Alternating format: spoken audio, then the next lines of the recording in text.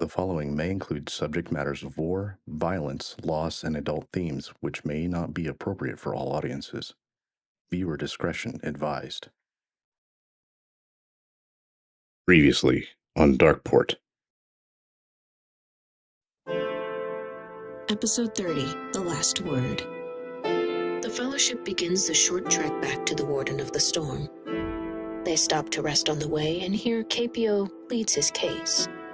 He claims to desire the return of a person he describes as his companion, whose name was Nikolai. Titus assents and also gently offers Capio a more permanent place within their ranks. For his part, the Death Tamer is keen to leave the party, and successfully does so with the supposed aim of aiding young Jason back at Barolus's camp. Alternatively, Capio is to make contact with the Storm's mayor and prepare for departure. Titus tears his house's sigil from his armor and gives it to the Death Tamer to prove the latter's legitimacy to their ship's crew. Reaching the barrier once more, the Storm Warden suddenly shields Vibius with a potent act of will, while a still vengeful Tecpotl dives down upon the Fellowship, spewing its toxic breath all over them. A brief, lopsided battle ensues, as the Green Dragon shatters the skeletal guardian Cassius Absash that gave his all to shield Titus from his own poor prior choices. During this violence, Marcus invokes the Goddess of Justice's power by name, deeply touching the ancient lore. As defeat and death seem inevitable, Titus pleads with the Warden of the Storm. Sensing the young lord's genuine contrition, and also having heard and seen the depth of Marcus's manifest faith, that ancient being relents.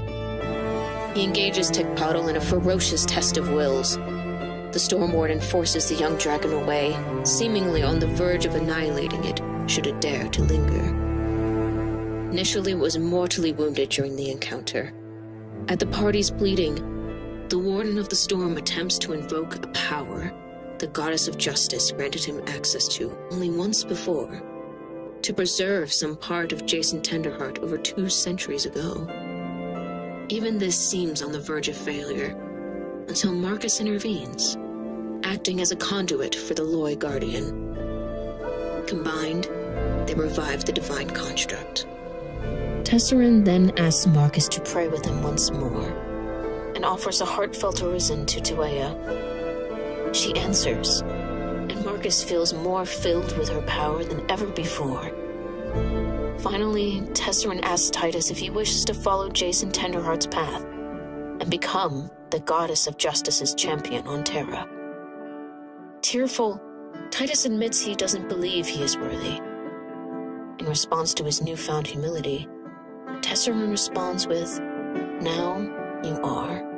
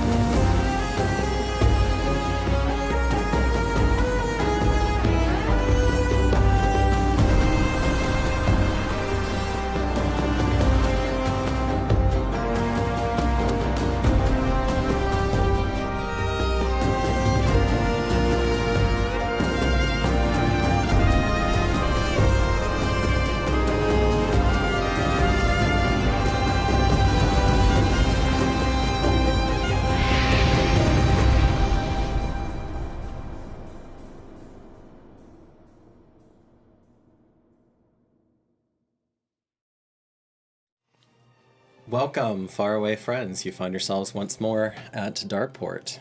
Yay! This is our... Do it. Let's do it. This is our penultimate episode. Just do it. For this run. We have one more after this, and then we will be off to Gen Con and on a well-earned hiatus, if I do say so myself.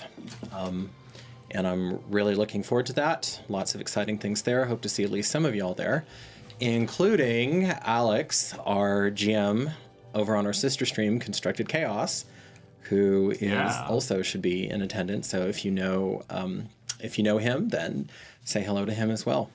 That's awesome. Yes. So the last, because I want to make sure that I get this. So Marcus, you won the last MVP. Yeah. Well earned. Well earned. Going away, and Randy, you are right. That is your fifth. You were right. That's what's up. Nice. Yo, yo. So well done on that. And yes, and I will. Is it better for y'all if I do like mechanical housekeeping once we're in the game with Candle of Tales, or do you want me to do that now? Mechanical, just to Fate points, inspiration, that sort of thing. Okay. So, poor Donnie we were driving over here and he did not feel well. So he was going to tough it out. Got a little worse. So he's okay. He's recovering at home. But The necklace didn't work on him this time. necklace. No, he got poisoned. No, that's true. That's true. Yeah. Unfortunately. So I will let him answer questions on Discord if he is so inclined, or in the comment section. But please hold space for him for a speedy recovery. But I made the call as the GM that we are too deep in the story now to, because of course we could do the Earlet history, the one that we're doing, where we had the Green Doom and you were playing Okatla, a very different sort of young priestess. Yes. And I do have that on tap. I do have the next episode of that on tap, but I don't want to kill the momentum. So with Donnie's blessing, I'm going to just do. I'm going to go ahead and play Titus. I'm going to do my rendition of him. So hopefully I do it justice. This is Titus's first run as Bellator Sanctus, first session as the Bellator Sanctus. I'm a little bit sad about that, but AKA Paladin. But this is live television. To that point, in brief, I have liberally modified and amended the rules. So for those of you who are expecting just Paladin, it is nothing like that. I am going to go ahead and give you the clue of, if you've ever played basic D&D, then you're going to have a very good idea of how I'm going to approach him, his new vocation, his new calling. Great. And I'll leave it there. All right, we have some sponsors. We do. We do. Who still love us amazingly. We do, and we still love them. Very much so. Many heartfelt seriously, we thanks and much gratitude to Eldritch Foundry. Oh, geez. Please do check out the link that we have for them in the video description for all of your miniature needs, regardless of setting or size or style. You can really do anything there. It's a lot of fun to mess with. Please do check them out. And also our beloved Cantrip Candles. Cantrip Candles for all of your scent needs, whether that is a tavern or a bakery or the Fey realm, or if you are feeling particularly powerful and wanting to check out their new patrons and deities, which is serving for the inspiration for the gods of our little Daggerheart set, campaign, which absolutely. is really, Yes. really cool. And do check that out as well. With their blessing, which is super cool. Which is very, very cool. Yes. Nice collaboration there. So do check that out in the video description as well. And thank you to Cantrip Candles. And EF will be at Gen Con. Yes. And by the way, guys, just using those links gives us a pat on the back that acknowledges that we are sending them some people who really are interested in their product. And they're the ones that give us all these, prizes and giveaways. So it's really nice to kind of reciprocate. So It'll be really nice to meet them in person, actually. It's gonna be great. Yeah. Yeah. We'll have a beer or tea. It'll be an RT, right? For those who don't drink. right? Yeah. So, mechanics, because I got distracted there from last session. Randy, I think for obvious reasons, you get inspiration. Nilishli was one death save away from me telling Allie, hey, Allie, So glad I've been so worried about that. I've been so worried about that. I feel you. That a player, I know, you'd be real sad. And I feel I like understand how hard that would be for you to do that. Yeah. No, I don't want to. Of course not. That's a horrible story. But I can't. It's the integrity of the game. So I'm real glad that didn't happen. So inspiration for you. Before I forget this, I'm going to give inspiration to Titus, who I think absolutely earned it last session as well, for basically a whole new level of maturity and humility that character embodied, and a huge life shift finally for those of us who've been waiting for it. 3 other points, and this is a big deal, and I really sat with this for a while, but y'all currently have 1 fate point. I'm going to give you Wesa 1 fate point, and I'm going to be a little bit circumspect about why, but it has to do with your interaction with Coily, the information that you got, the depth of the information that you got, and also the fact that you now have an Oxcon, an empowered necklace that allows you, in case y'all missed it from last session, allows you to speak the dragon's language, because you understood that brief exchange between Tesserin and Tecpotl. Right. So is that a personal fate point? Is that No, it's for the group. Oh, it's a group fate point. for the group. Okay, so yay! Thank you for providing. Yeah, just like Titus. Yeah. And this is all toward, because it's been a while since we've gotten a fate point, so this is when the Fellowship achieves really important milestones in getting to an as yet to be determined glorious destiny, which is basically like the highest outcome of the campaign. And I want to acknowledge that. Randy, for, again, obvious reasons, you spoke Great Lady Tuea's name for the first time. Goddess of Justice is back in the house, or at least has her toes in the door. So that's hugely consequential. And I'm going to go ahead and give you a fate point for that. Ooh, wow. You get a fate point. You get a fate point. Well, it's we're almost there. Angels Oprah. And I don't know. We've gone a dozen episodes or something without a fate point. So I don't feel like a Monty Python or a Monty Hauling too much. So Python's a whole different thing. Monty Hauling too much. That was an arc ending. That's an old joke, old school GM joke. Being Santa Claus. And then I'm going to give Titus a fate point for accepting the being Tuea's champion on Terra. Very cool. Great. Which is a new era for him. So you guys are back up to 4 fate points. Don't spend them all at once, or do if you have to. Brief reminder: you can use them for a reroll, even after. And this is why fate points are super powerful. You could, even after you've rolled and you've failed, you can invoke them, or you can, as you did the one time, Randy, already on this island, when you asked a fate point, and it looked like the entire group might get wiped out by Barolis in episode 25. And you have speculated on how that fate point was manifest, but you can do it when you want something fate to step in and help. Doesn't necessarily mean that you'll all be saved, but you will have something happen that gives you some sort field of advantage. Yeah. Some sort of window. Yeah. Okay. Fighting chance. Love it. I almost said that. That's call back to the 7-year home campaign. We'll have to talk about that at some point.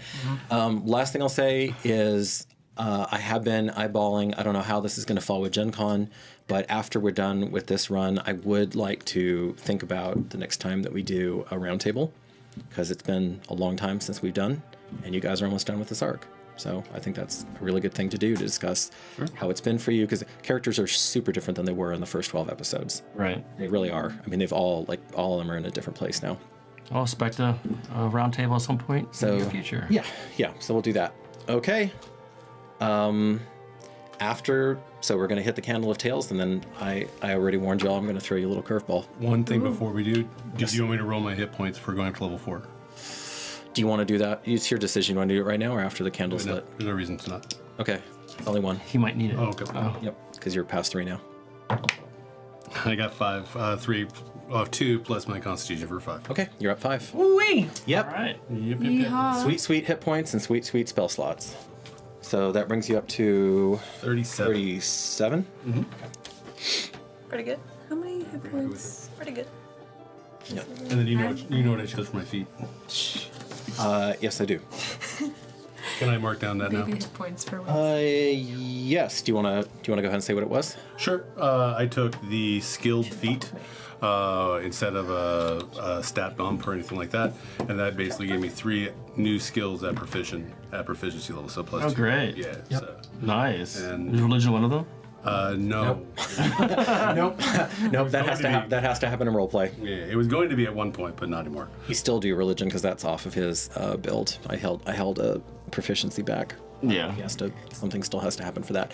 Okay, well done. So he is, and honestly, arguably some of them you should have already had like persuasion, but here you are. Yeah. Okay. All right. Now it is time for the candle of tales. Ready. Let's do it. The candle of tales. Oh my gosh! Look at this. Look at that. It was ready. She's official. Ready. So quick. It was ready to get lit today. Capio, Yes. You're in a goofy, laughy mood. making your way. Did you want me to do No. Capio first, because this is basically a. This is the twist. You'll see. huh? This is it. the twist. Perfect. This is a twist. Yep. Trigger. You're gonna do a trigger warning. Oh yes, no. You're right. Thank you. See, I'm just ready to frickin' do this. So if some of you don't want to play through or hear about fantasy domestic violence, you might want to skip the next 10 minutes and then come back or so. Yeah. All right. Thank you. So Capio, you are walking back. You have full intent to lie and BS your way back into Bareilles' good graces. You, just in case it's ever pertinent, you know what your aim is there. And you find your hands reaching in and taking out. It's a bit of a compulsion sometimes for you. And how is he experiencing his Calvaria? This grimoire, but it's a skull with a soul stuffed into it. It's always a sense of satisfaction.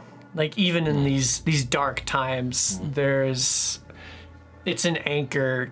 It's a reminder of his power over not only Will and the dead, but the living at times as well. People. Mm-hmm.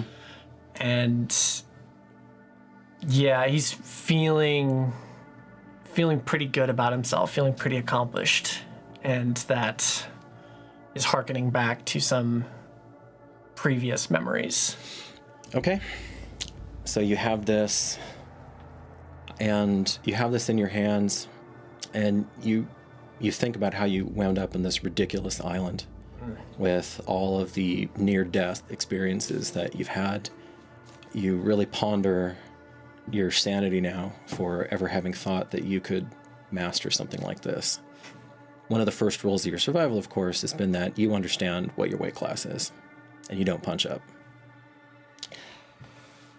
So we turn the veil back, far away friends, 15 moons to last year, to Wei, ironically enough, so the equivalent of March 2775. You see the hut, the cottage, that it has taken you. She's clever. It's taken you almost 2 entire winters. She's moved locations. There was a near miss in Leptis Regium. And of course, your good friend, Nikolai, has been taking all of this time to further his research, and your duel with him continues. But now he's set off for the north and for the island, and you don't have the information that you need to follow him. He's outmaneuvered you. And your long, bitter rivalry cannot end with failure. You won't allow it. So you're in this dense woods. You never would have thought that the sophisticated Sybarite would allow herself to be out here almost literally without a pot to piss in. What do you do? I take a beat and then maybe another beat to still my heart because I can feel my palms sweating a little bit. I can feel like the anticipation, like I am trying to deny the joy of finally, because I know if I allow that to override, I can make a mistake and it could be gone.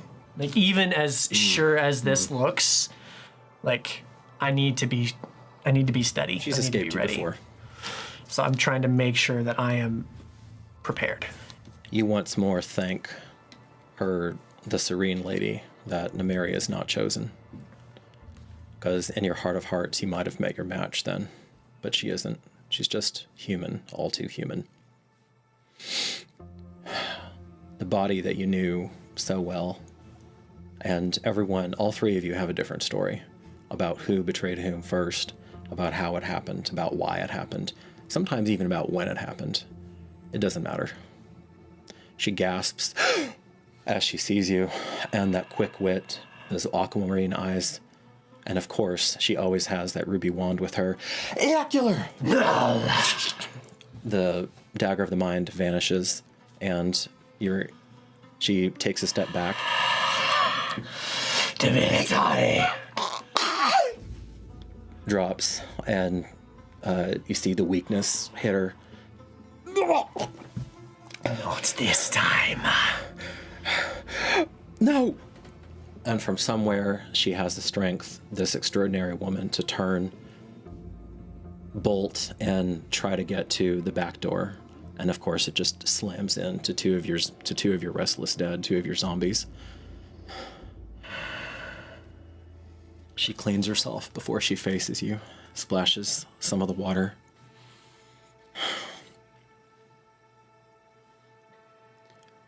How did you find me? How? Was it Rosonius? Did he betray me? Not only. You think I would stop at him? I went to them all. She starts walking around the table as you're stalking her. You promised. You vowed. You said by this serene lady that the rivalry was over. You wrote to me. You told me that as you reach out for her, because she knows your touch is deadly, and she jukes aside. She keeps part of the table between the two of you. You told me that all was forgiven, Capio. You know, I never meant to hurt you, and here I am, and you'll never see him again. You'll never see him again, or me. Is that so? I'll walk out, and I'll never bother you again. I swear by all 10 lights of Quaelathon.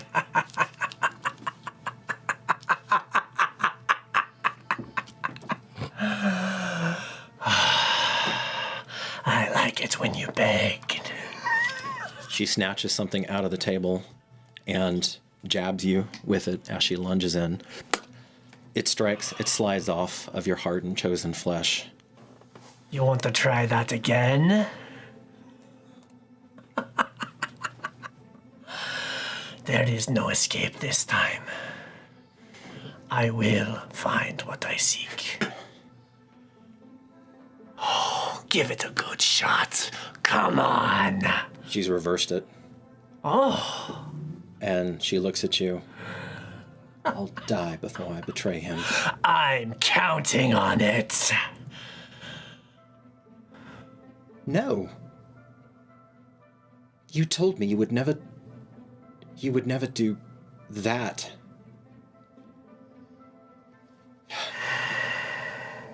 We've lived far too long for these games.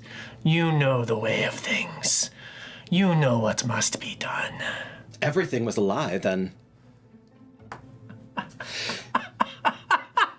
You. And she lunges. It scrapes off of you. I'm gonna take it. Okay. I'm just laughing. And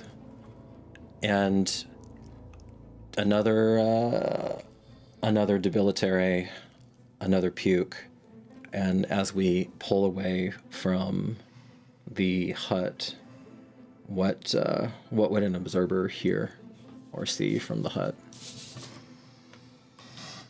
Oh, where's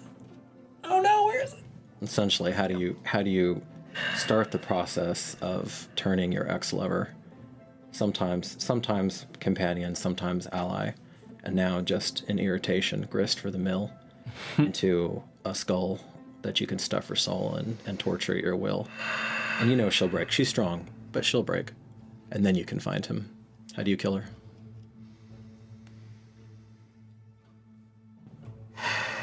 Looking into her eyes, Okay. backing her into the corner. Finally, nowhere else to go. A slow hand. And she grabs the candle of faith around her, and then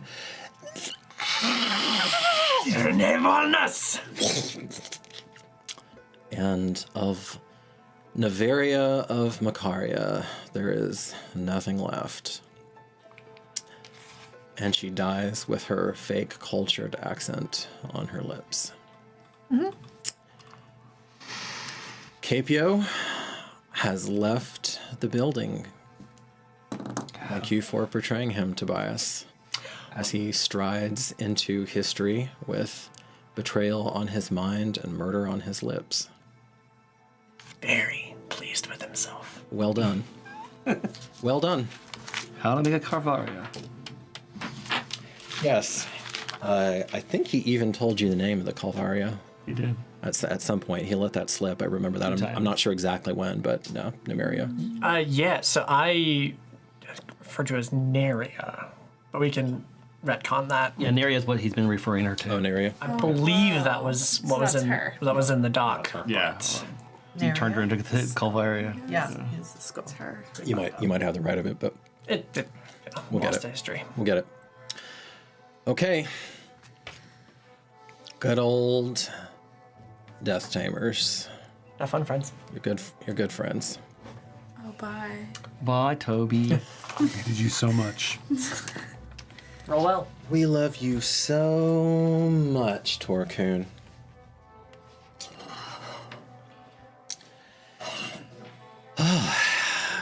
All right. Oh, I feel a lot cleaner now. That was pretty crazy. Like, are we just going right back into this? Wow. Okay. What you're dealing with. So, yeah, I was thinking of like Nalishli just having in her child, like a child's wisdom, where it's just, I don't like you, where they're very blunt sometimes. Yeah.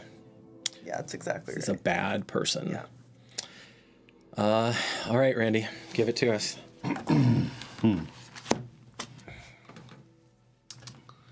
Well, now. That was really good. Journal entry time. For my entire life, I've taken comfort in the beliefs and teaching of Quailethorn. When time got hard, it was simply the path laid for us. Death of a close kin, simply the path. Loss of a limb or bad crop this year, again, the path.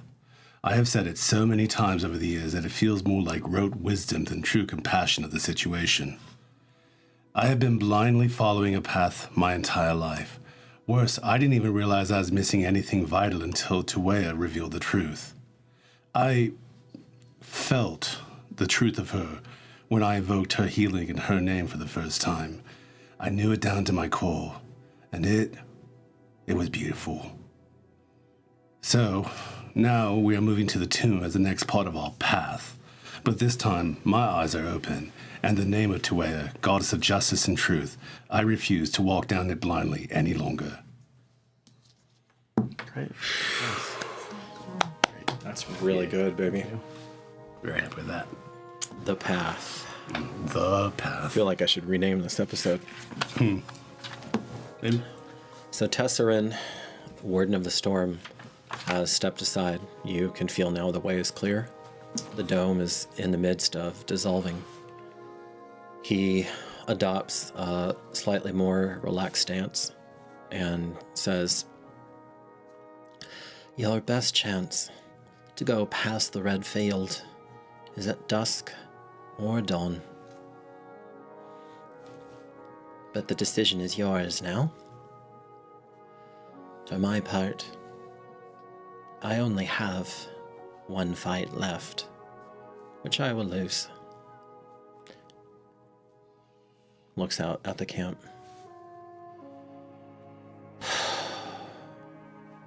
I will shield this one. And Tesserin nods to Vibius. He can stay with me, if that so pleases.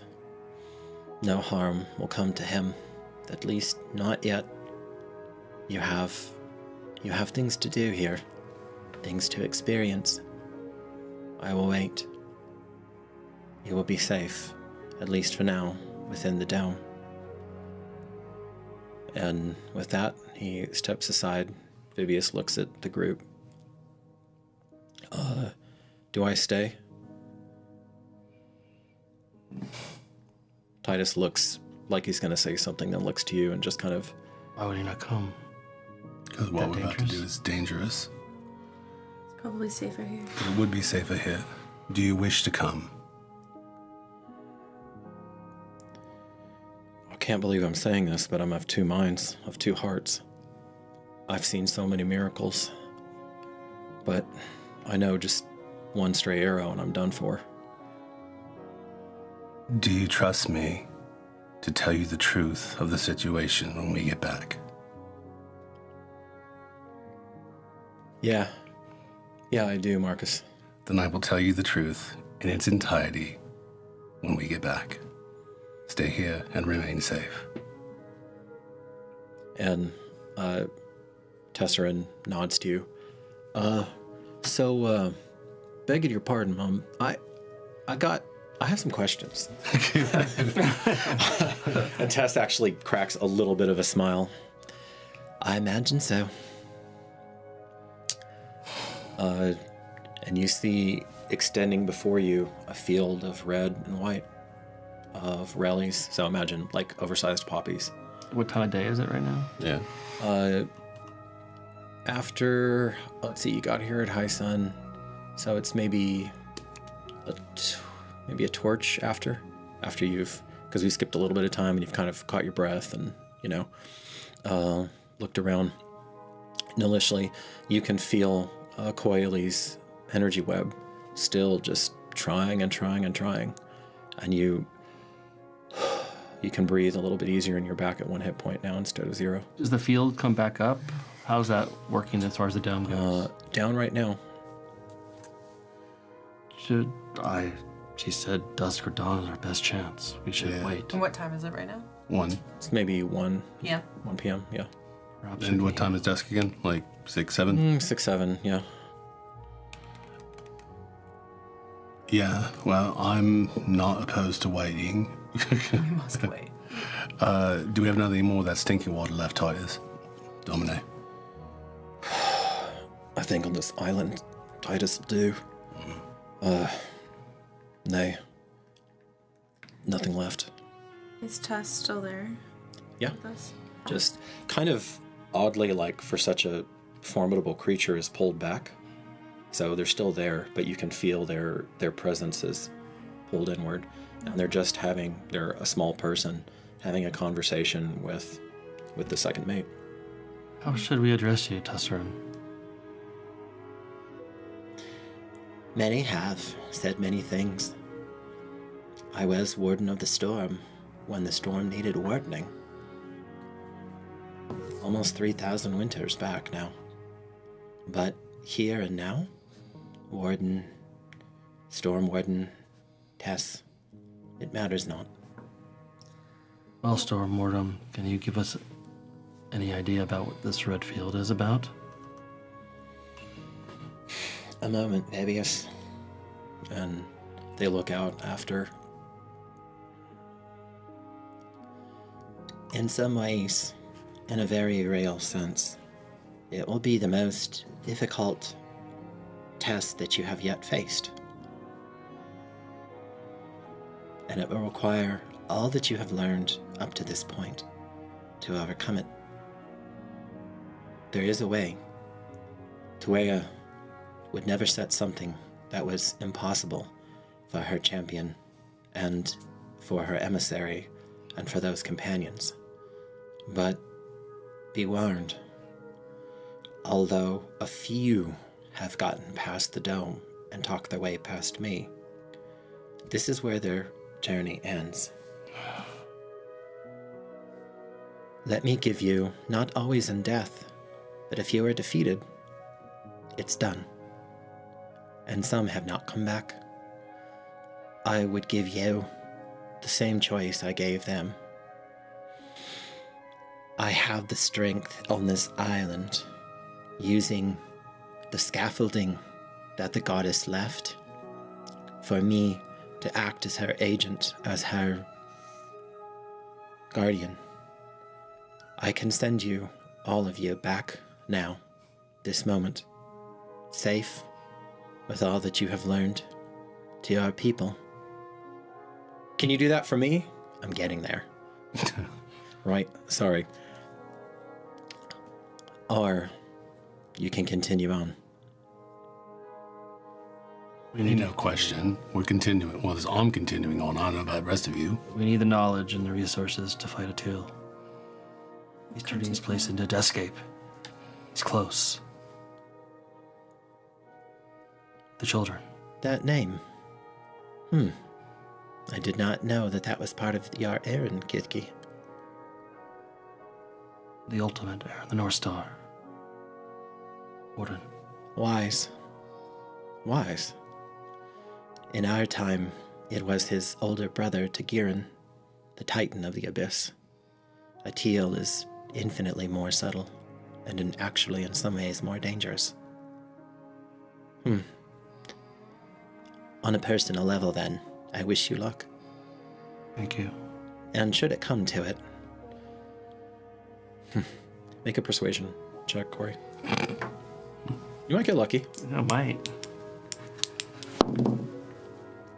14 or 13. You're gonna make this hard on me. I have been overstepping myself. I see that there is a part of my soul that is ready to be done with this watch. It pains me to stay here. I'll just say this. If it comes to it on that final battle, you will not be alone. Thank you. I have spent, some 150,000 winters defending Terra. What's a few more? It would be silly now to give up. I wonder why Atil started all of this and risked the wrath of his brother. Tagiran has long seen Terra as his domain first and foremost, and not his weaker, more devious kin. I don't know. Not a god. Can't ask. Maybe one day you can, Marcus of Pollux. If that day comes, I'll ask for both of us. Vibius, if you want, yes, I will send you back. Well, can I ask my questions first? No. Go back now, or you're in for the duration.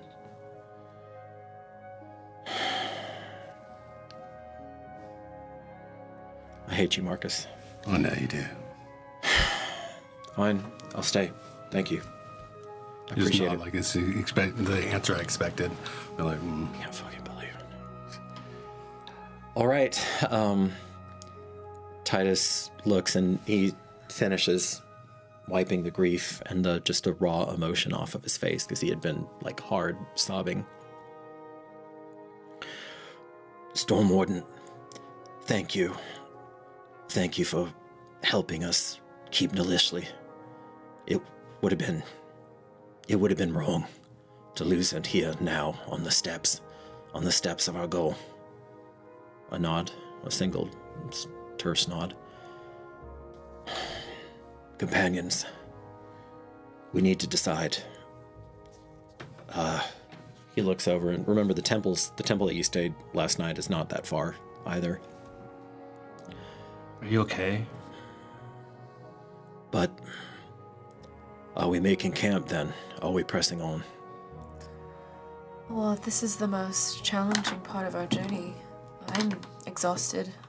Every advantage we can get. We might as well wait till dusk. I'm just like sitting on the ground, like I think I finally understand. I think, Vibius, you were right. I think I'm going to have another deep sleep before I can get out of this. So, I don't know if we have that much time. He looks to Tesserin, but Tesserin just kind of shakes his head like, I'm not going to answer that. You have to decide. It'll be a little after dusk. Sleep until dusk. We'll wake you up then. That's a solid 7 hours at least. Torches, yeah. 7 torches, sir. He says, I'll try. I'll see. I don't know if that will... I'll see. I don't know how this... What is it called? Quintessence works.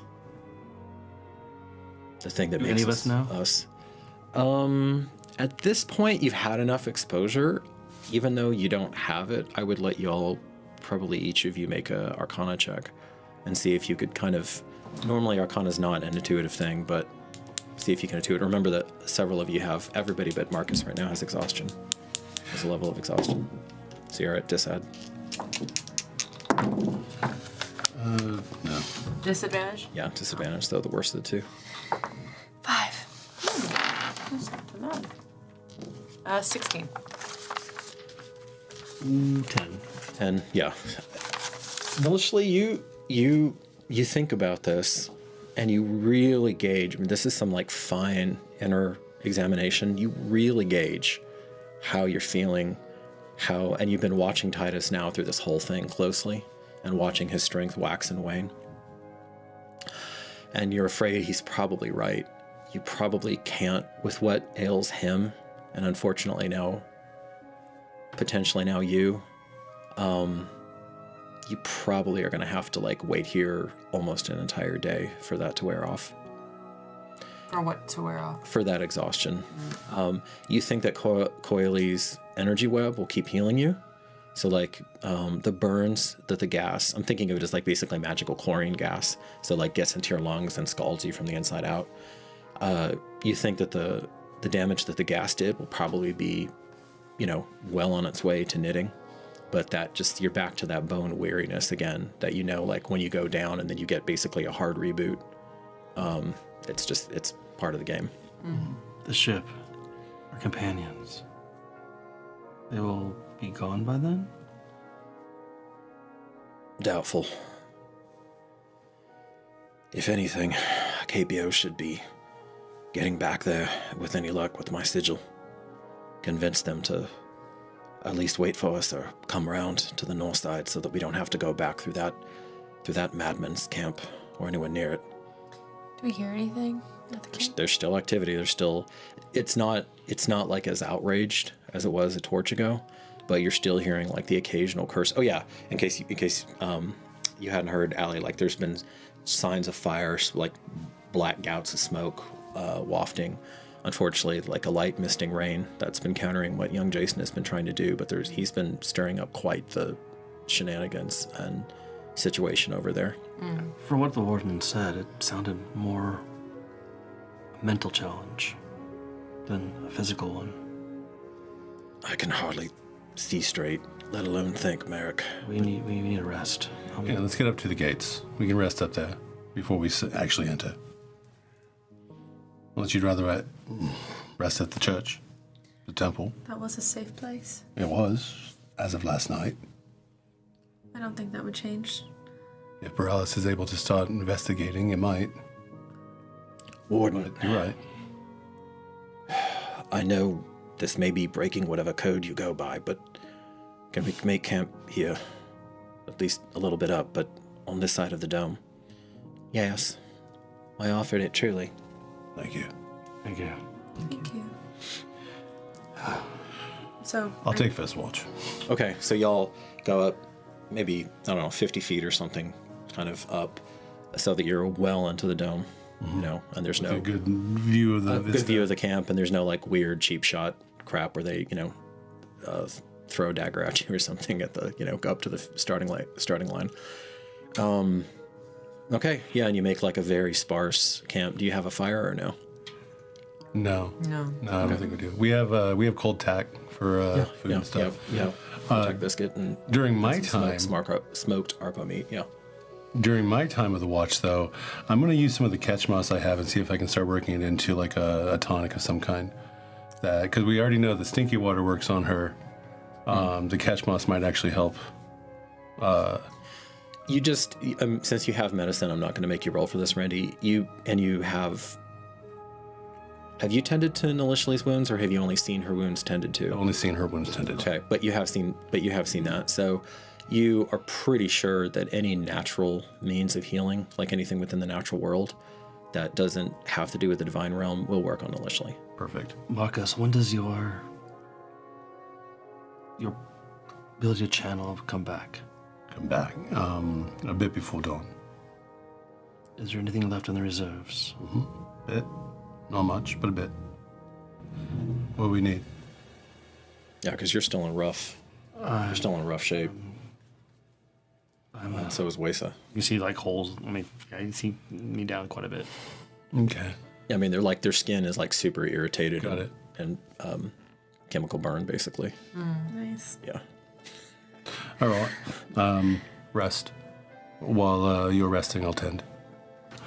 Yeah, Wasted just passes out. Yeah. Yeah, I'm just passed out. And then I'm gonna. You feel strong here. Nice. You feel strong here. Before I go to bed, perhaps you should. Well, I know you'll do this, but really pray to Tuea. Of course. May the fates be with us. Okay, I'm asking to spend a fate point along with that. I think we should influence what happens with the red field through some roleplay there. So you'd like to spend a fate point now for a future. For making the path through the wet fields you want. I mean, if the rest of the group does, I'm fine with that. I kind of wouldn't mind seeing the challenges as they come. Okay. But Okay. but It's up to it's the fate points. That's totally up to y'all. the rest of the group has a decision. You? I think we wait to see what comes. Okay. I'm okay with that. Okay. Okay. Right. And then I'm going to channel some divinity, if I can, while they're sleeping. Okay. Get close enough to them. You get close to your fellows. Is this before or after you have a good go at the catch moss? After, because the catch moss is important. Okay. Because this won't touch them. You have ample time, but that's wise because you're losing light. And if you don't want to reveal your location, maybe you don't care, but if you don't want to reveal it, then you probably want to work on the catch moss before it's dark, Right. and you have to light a torch or something. Okay, so go ahead and make a medicine roll, Randy. Actually, no, nature. Which you have now, I believe, Yes, right? I do. Because that was one of the 3 skills you picked for your skilled feat. Indeed. Which totally makes sense. I have no problem with him having nature, like even kind of spontaneously. Gradual accrual. Is that a 1? It is That's a a 1. one. That is definitely a 1. How much catch moss do you have? 2. 2? One of them is ruined. All right. What does this area look like? I mean, this describe it. It's almost this idyllic well, so I'm calling them Relly because I don't want them to be exactly like poppies with all of the same pharmacological implications of the poppies, but you have Rellies, which are like these oversized poppies, a little bit wider in bloom, and then a white flower that make a nature check. Any Colin bushes in here? Disadvantage. Yeah, that's right, disadvantage. Are we having a Wizard of Oz It moment? hasn't been an hour yet. I can't rest an hour and then. Pretty good. What is this? Nature. Yeah. That will be a 14. 14? Definitely high enough for this. You realize that in the same way that you've seen Redford Paija for the first time in your life, you're now seeing some it looks like a kissing cousin to Maiden's Favor, to the flower of Maiden's Favor. But Maiden's Favor grows in large bushes, and this is just coming up out of the ground, this white, say like lily-ish flower. So it's a little thicker than the Maiden's Favor, because Maiden's Favor germentum, like the petal, is quite delicate, whereas this is more robust, but the shape is similar, the star shape is similar. I will point that out to Marcus. The whole group, at least Marcus. This is And it's just like everywhere through here. This is very useful. In many circumstances. At least that's what the grannies told me. The Maidens. Well, yeah, assuming it does the same thing, right? Similar, yes. Yeah. I have a bit of Maiden's Favor too. It's good stuff. You're not 100%. Yeah, you're not 100% sure on what the properties of this would be, but it looks like it's somehow related to it. I'll pick a couple. I'll give a blessing to the Great Mother and take a couple here. Okay. For the gift. Yeah. Or Have this flower that probably nobody in Germantum's ever seen before. Can we take the seeds? that's actually what I was about to ask. Sure. Yeah. Yeah. Yeah. Perfect. You have to hunt around a bit to find it, Here they are. Here they are. but you find one that's seeding. Okay, and then you rest. You do have ample time though, because it's so like dusk is, a couple torches go by, dusk starts up, so you're basically going to have like a good chunk of day, which is nice maybe to decompress after everything that you've been through. Let me do a quick calculation for you, Nilishly. So that's going to be let's say dawn is that. Wow. Okay. All right. I'll tell you once we hit the threshold for a long rest how much you heal. Okay. But you can feel it. You can feel it taking hold, and you can feel the energy web beginning to reknit. It starts with the worst injuries first, so it's reknitting your lungs right now, so it's not so ragged and painful to breathe. Do we see the field forming back up at all on this, as we go to sleep or wake up? No, it seems at least right now it seems to be natural. Okay. All right. So Marcus, you take the most of the day because they kind of are lounging around. Is there anything that you're doing to prepare? Like any of y'all while this is going on? I'm still sleeping. Okay. There's probably not too much more you can do, but Just go over what we know as a group. I mean, I don't want to speak through that, but Yeah. that would be a process we'd probably talk about. okay. If there's sleeping, all right. Time passes. At one point, when Titus gets restless, you do hear him take his whetstone out and flips and just starts going over all of his. And then when he's in a good, kind of a good rhythm, as the two of you, well, actually, Nilishly just like hits the off button. And you can sleep basically as long as you want to. Yeah, I'll look over my armor, all my weapons. 1 second, hon. So he takes, once he's done with his sword, he takes your stuff. And then he starts whetstoning that. Go ahead, Corey. Sorry, I will also just inspect all my gear and make sure it's in shape, and if there's anything I can do to sew or There's some segments. There's definitely some segments that are the worse for wear. So you start oiling some of the leather. You do some field repair and whatnot. Get some of the turgis back and stabilized because one of them, somewhere snagged on something. One of the little leather flaps to defend your legs. Okay. So night, and there's a point, Wesa, where you wake up and you're looking off at the camp. Actually, get back to that. Don't let me ADHD my way out of that though. Okay. All right, so you wake up and it's like pre-dawn and you're looking at the camp. Marcus, you finally go to sleep.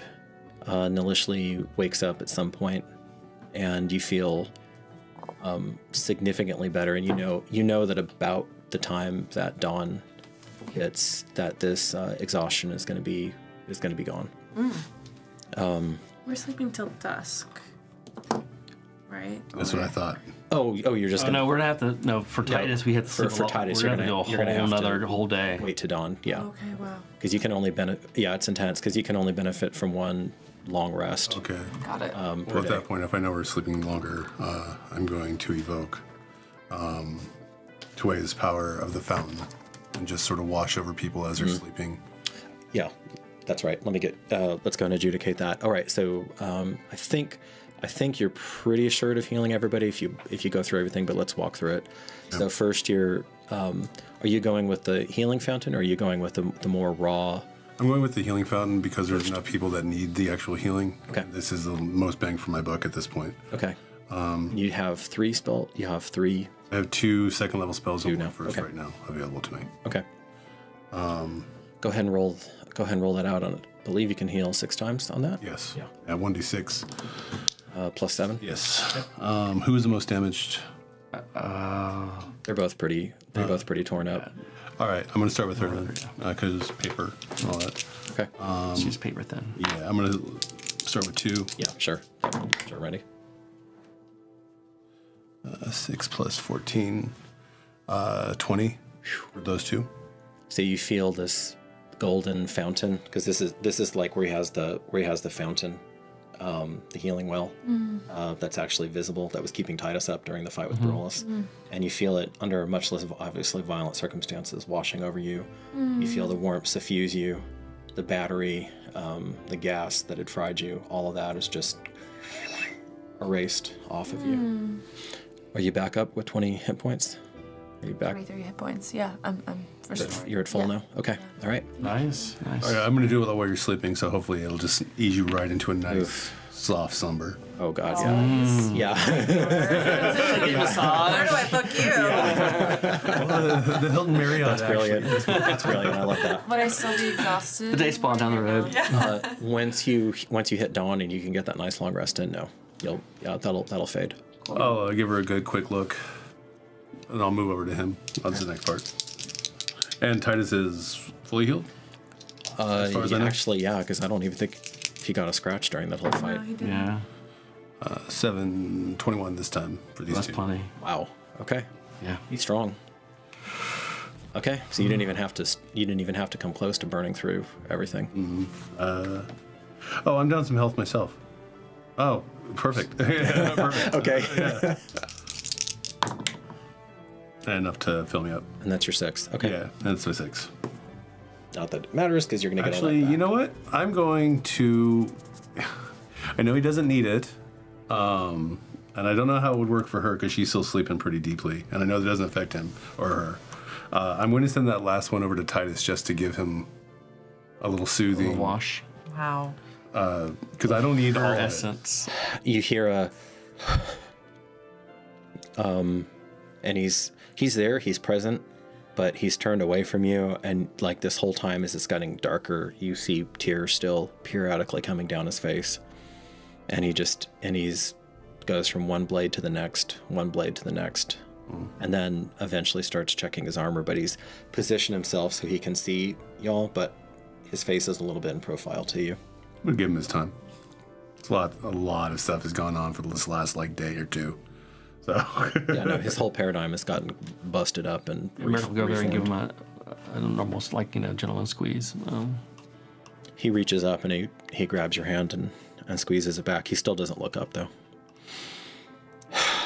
And you're reminded that 3 winters ago, this was a 13-year-old who almost got his face smashed in by a Nutini ambush that we played through. It's quick. It's quick. And pending your survival, like if you live your full life, the 2 of you will probably die at about the same time.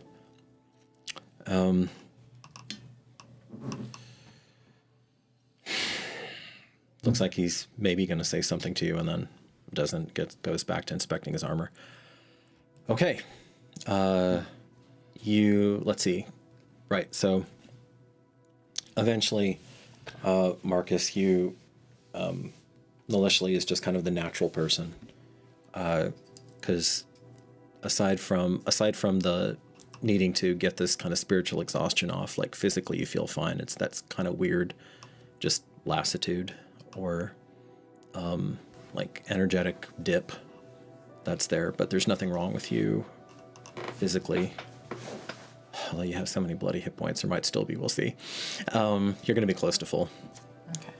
So as you fall into slumber,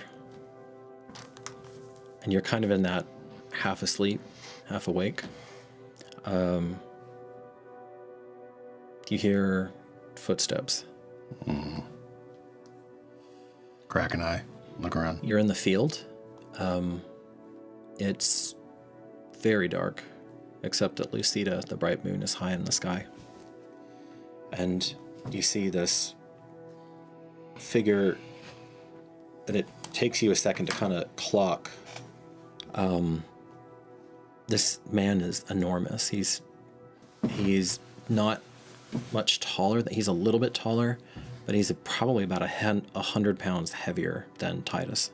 He's built like a brick shithouse. And he's walking towards you. He's bare except for just a simple leather loincloth. And his muscles, his physique rippling like pieces of marble underneath velvet. There's a pretty long mane of emerald hair trailing behind him. And you can't tell his eye color, although eventually as he gets closer, there are flashes of something that looks maybe viridian. Mm-hmm. And there is a immense presence to him. Actually, probably even greater than Titus Invictus, and Titus Invictus is the scariest person you've ever met, but you don't feel any fear. Mm-hmm. In fact, you can feel him surrounding you. Are they? Smiles, kneels down next to you. Let me see if I can get his voice right. This is a hard one. You still sleeping there? Am I? I mean... Maybe. Well, who knows?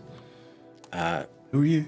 I didn't rightly want to mess with you when you were, catching your 40 winks and all, but,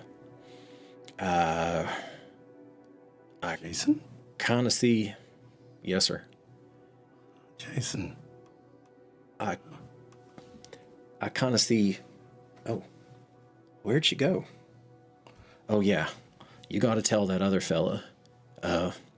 Concord, she makes her own decisions. All right, it's important. Who? Tesserin? Nah. Tess makes his own decisions, too. God damn, I miss him. You want me to tell him that? I'd like that, yeah. I'll tell him for you. He can't hear me no more. I think he'd like to very much. But... yeah. I'm happy to act as a go-between. Appreciate it. Who do I need to tell? This ain't about me, though. I'm coming because I can feel that this kid over here, he's gonna need help. And you're finally close enough that I can do this. I caught sight of you at the temple, but you were mighty quick. It's hard to pull myself out from the slumber. Nah, I don't want to know. Don't tell me how long it's been. It'd just be depressing. Understood. He's gonna have to... Concord's gonna make her own judgment too. Separate from me and separate from Tess. And he's gonna want to take her. And he should try. If he's actually... if he's the Refulgent Lady's champion now, then I wish him the best. Oh, I see. Oh, I'll get it. Okay, so what's the best way to approach Concord? Humility? Your compassion seems to be a kind of an important thing for a bellator or sanctus. Calm and thread and all. Yeah. Sorry, friend. What do you go by? I am Marcus of Pulux. Pleasure to meet you, Marcus. Pleasure to meet you, Jason. You don't need, well, I guess I can't really heal you anymore. He's feeling stuff. I remember the first time for me, and he's a little bit older than I was when she stretched forth her hand. Tess said, actually, that I was born in a golden light. I don't remember, but I take his word for it. He's already, 16 winters? 18 now. Well, Any road, it's going to be hard. He's going to have to unlearn so much. And he's going to have to let go of so much. And there are going to be times, I think I heard him say he was a tool. He did say that. He can't just be a tool, though. He's got to be an instrument. You understand the difference? I do. Yeah, I think you do. I do. Sorry, I don't have much time. It's hard to stay awake, but this is important. All right, friend, your questions, because I don't think anybody else is going to be able to answer them. Why didn't you ever tell people that you were part of Troupe when you were alive? Sorry, friend, you got to figure that out for yourself.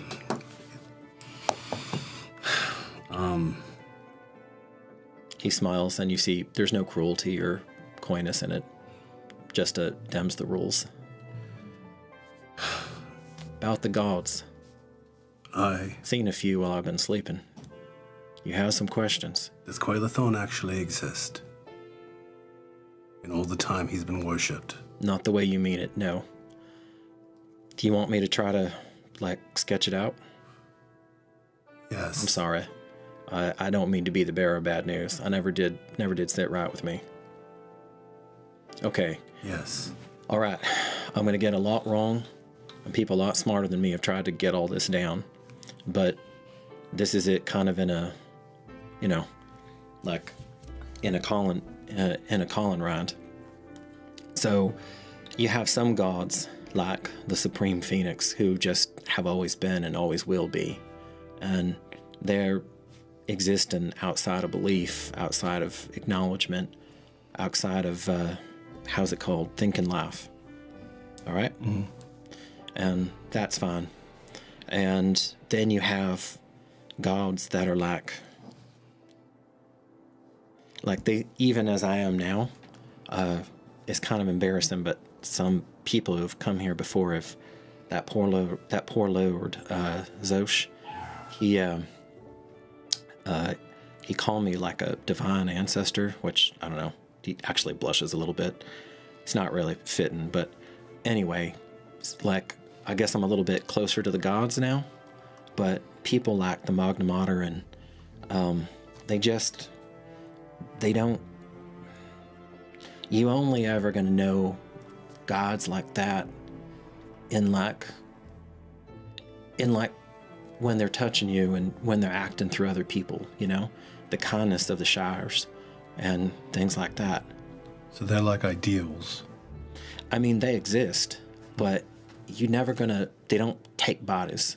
They're not gonna reach out and grab, and they don't have emissaries and stuff, I mean, she gives them the old power, but it's not a calculated thing like it is with the goddess of justice. Understood. All right. And then finally you got, I don't know, you understand if I say it's on a scale? You ever seen a scale like in a marketplace? Yes. Weighs things. So it's kind of like, I don't know, you got one of those fancy ones like in Fang Prime where you see them sliding back and forth. Any road. It just means that if on the one hand you have I don't know, the Supreme Phoenix, who I never even saw before, but maybe like the Magna Mater that I have felt her. She just doesn't notice me or anybody else. She just is. Loves, but is? I don't know. Like I said, somebody smarter than me. And then all the way over here, you have some, excuse my Daro, some motherfucker like Tagirin, the Titan of the Abyss. And he knows all about humans. He knows we're real. He knows we exist, and he knows we think, and he hates us for it. And that was the bastard that his avatar was the Red Emperor. His avatar on Terra. And that's who I was born to, stop. And we did. A teal is like a, what is it, like a Publius come lately, He's like the little annoying kid brother. Gotcha. He knows all about humans too. I don't know. I don't rightly can't say that much about him because he wasn't really a big deal when I was around. But I know he was coming. This too much, friend? It's a lot. But I don't mind. Keep it going. I know. I'll think about it overnight. He starts to fade a little bit. I'm almost done. I can offer you some of my energy. Nah, you need it. I'm just resting. Tess said something about, I don't know. The bright lady stretching forth her hand and bringing me to her side, but I don't think that it can't work, at least not rightly the way the world is now. Something fundamental would have to change. So much. Like it's almost daunting. Yeah, I know. I wish I could help you, Marcus Apulix. You're helping me more than you know. I really do. Doesn't feel just to me that you're the one whose ass is on the line. Well, someone's had to be. At least I'm glad that I can do something about it now. So, I appreciate the well-wishing. I have my fellowship around me. We have things working for us, and we'll fight to our breath. Make a persuasion check. Okay. With advantage. Okay. I was thinking about using my inspiration on top, but... Oh, that's a lot. 23. All right. I guess I'll be a little bit selfish. If you tail test, and if it's the right moment, not where he's like, in teaching mode, but he's like just being, let him know that sometimes I didn't understand what it meant at 16 Winters, that he was giving up happiness forever by bonding with me. Mm-hmm. How could I? How could anyone, any human? But just let him know that even though I know he can't ever feel me back, that sometimes, just sometimes, I think I can still feel his soul. I'll do that. But only if it'll help his grief. I'll find the right time. I know you will, emissary. There's one more question I actually have before you go. Make it quick. The emissaries. Almost out of wind here. Do each of the gods possess an emissary, and only one? They call them different things. The ones who want to play their games on Terra, yeah, they always find somebody, or sometimes more than one. Like the Kingi, they're matrons. All of them have some kind of a relationship with Roth. But that's why there's so few of them. A lot less than the grannies. All right. Time's up. Be safe. I'm not worried about me, friend. Go kick some ass. We will. Thank you for visiting us. Thank you. My pleasure. Balance the scales. Go ahead, jerk awake. Oh, yeah. Titus, we need to have a talk. It's an important one. He's finally asleep. Oh, damn. Okay. Lisa, it's the pre-dawn gloom. Pre-dawn of gloom? Yeah. Okay. So it's maybe a torch before first sun. Okay. But the sky in the east has begun to promise that it will lighten, and that Tezcatli will pass begrudgingly the reins of her earthly kingdom to the Lord of the Dawn Store, to Quaddle. You're looking out, and your stomach sinks even as your body is nearly replenished, because it's grown deathly quiet in the camp. It's maybe like 4:30 or something. Okay, I would stand up. Okay. And see if I see any lights, any activity, anything at all. Additionally, I'm not going to keep you in suspense any longer, hun. Go ahead and roll that die 4, and then it's plus your con modifier, which is a beefy +5. Okay. Triangle. Yes, I see it, guys. I was coming to it on my own. You got it? Okay, you got it. You got it. Oh, that's going to be a 1. 1. Okay, Plus so a what? plus 5. 5, 6. So 6. So by the time dawn arrives, Koeli's energy web healed you for 28 points, and until then it finally expired, and then you get another 6 on top of that, from your own healing. 34. Yep. So you're not quite restored, but you're in vastly better shape than you have been in a while. Great. And your level of exhaustion is gone. Okay. So you see your sword sister kind of come awake, and you don't think it was a nightmare. You think it was just the uncanny way she has of picking up on the environment, and you see her fixed on the camp. Go ahead. Yeah, so I'm standing up and I'm seeing, do I see any lights, any activity, Make a perception roll. It's an insight. 18. 18. And so you're looking at the camp? Like scrutinizing the camp. Where Barol Is the camp. Yeah. You hear it drifting on the wind. Organized voices, cruel voices. Oh.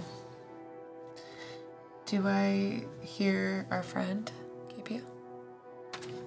You cannot pick his voice out.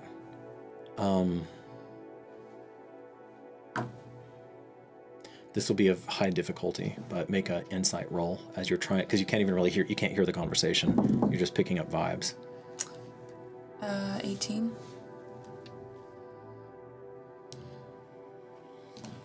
Not quite high enough for that. I will say you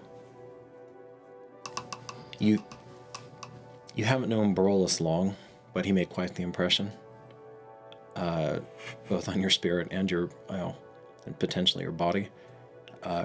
You feel like there's a gathering going on over there. And I've seen her wake up. Waisa. And you see her like scrutinize the camp for a good bit. What do you see? They're gathering. They're planning. They're plotting. To what end? It doesn't feel good. I would then just really, we need to wake everyone up. It's time. I feel much better. I must say that was a good idea. We needed it. And I would go over and just touch Titus and Merrick's head, poking at it. Oh yeah. And then elbow Marcus. I'm already awake. You've been awake the whole time? No, I woke up with the dream. Yeah. Okay. Yeah, just moments before. We're all together. Dawn already. Almost, but there's something going on in the camp. All right. And would Tess be around? You don't immediately see them, but you do still kind of feel the penumbra of their presence, the kind of the outer reaches of their presence. I would whisper, Great Tesserin, if you are able to know what goes on in the camp, would you tell us? No immediate answer. No immediate answer. All right, Titus looks around, taking stock of the fellowship. He scrutinizes your wounds for a moment, and then, as he sees how much restoration happened overnight. Centurion, how are you feeling? Wonderful. Good. As best I can, my lord. This is the closest I've felt to me since Barolus's beatdown. Almost there. Still maybe a little bit dull, but at least I can move again. I had a dream from Jason. Really? Yes. Jason. Not Village? our Jason. Jason. Tenderful. Huh? As I motioned towards the, he wanted me to tell you something specific. Concordia makes her own decisions of who she will be wielded by, I would assume. What does that mean? Who's Concordia? It's a weapon. It's a weapon. It was probably Jason's weapon. And you are going to have to convince it that it should be wielded by you. You see a moment of like real fear on his face. Take a breath. You have been chosen by Tuea. She would not have made that choice lightly. She believes in you that you can do this. I believe in you that you can do this. It's time. All right. All right. I love you. This is the Titus. Benevolent. You can still, again, you've been around him his whole life. You know, both of you are quite, and Titus is not trying to hide it. Like, you can still feel a real churn, but there's a set to his jaw. Right. Let's break camp then. We break camp. All right. You swiftly pack up the meager camp. Yeah. That you had. And unless I hear differently, it's north, always north. Off we go. Okay. And Is it north or west we're going to at this point? Still mainly north. Okay. Yeah. Still mainly north. So maybe actually I was picturing a little bit east because of how you guys were west, and then you would have to where you hit, so you'd have to tack somewhat like, say, I call it north by northeast that you're tacking. As the sun begins to touch and color the world in its, grandest of palettes, you see less white and more red. You're also beginning to have a slight increase in the grade. And you realize that you're now on a rolling hill. As the sun comes up, I'm just going to look up at the sun and be like, good morning, Tuea. And just keep walking. Okay. When we have time, Marcus, I had not so much dreams, but sensations. I want your counsel, but for now we have to focus on getting to his tomb. Understood. You're walking, and for a moment the sun is kind of at a inauspicious angle, or I should say a not propitious angle, as it splashes across your face from the east. And then the moment has passed, and you see that before you, it's almost entirely, you know that this island can't go on as far as what you're seeing. Yeah. You would have hit something, but for as far as the eye can see, it's a grove. you're just seeing. Sorry. You're just seeing it's another grove. This red field stretching out before you. And red in terms of just ground of dirt. I mean, these relies, the relic flower. Relic flowers are all red. That are all there. Yeah. You practically can't step now without stomping on some, no matter how careful you are. And as you go, for once, it's not in descending order of perception. For once, you basically see them all at the same time. 5 figures. One quite tall, one quite short, a muscular woman, a very well-dressed, lissom, average-sized woman with the build of a dancer. Wace's build, except a little altered. And then a burly Kithki with a bow. And that's where we will pause for our intermission. We're in the mirror dimension. Wizard of Oz meets Darkeport. Meets Darkeport, that's right. Meets Wheel of Time. So, for our trivia question, friends. Trivia. Yay, trivia. For once, it's not some horrific scene. It's a creepy scene, but not horrific. The Legacy people were able to successfully... they are the only civilization to successfully resist the old empire.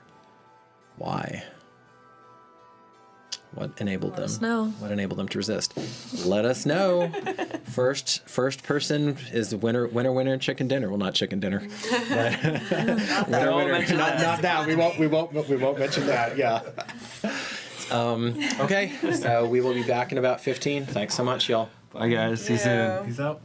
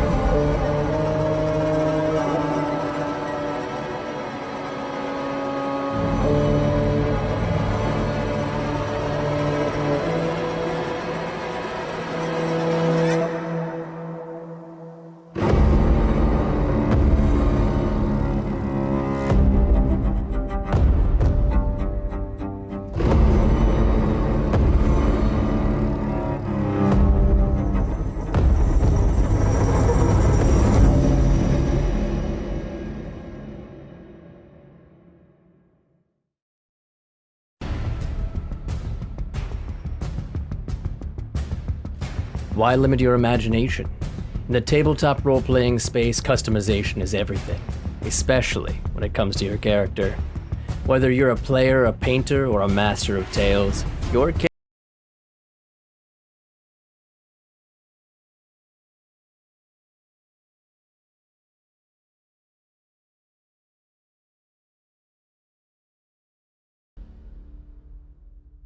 Greetings, weary travelers, and welcome to Constructed Chaos, a channel dedicated to all things D&D, including live play streams and podcasts, 3D printing, painting, crafting, homebrew content, and guides for players and dungeon masters alike. Join our Discord for even more special benefits, announcements, and free downloadable content. And until next time, go out there and make some chaos.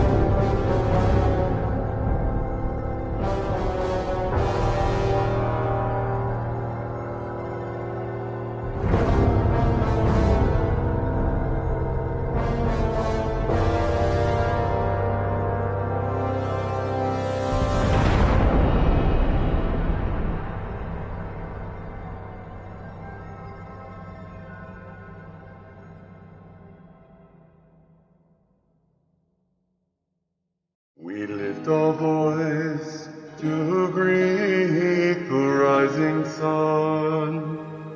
Your splendorous touch burns away the dark with a soft golden hue. Your world is made anew. We follow the path you've laid.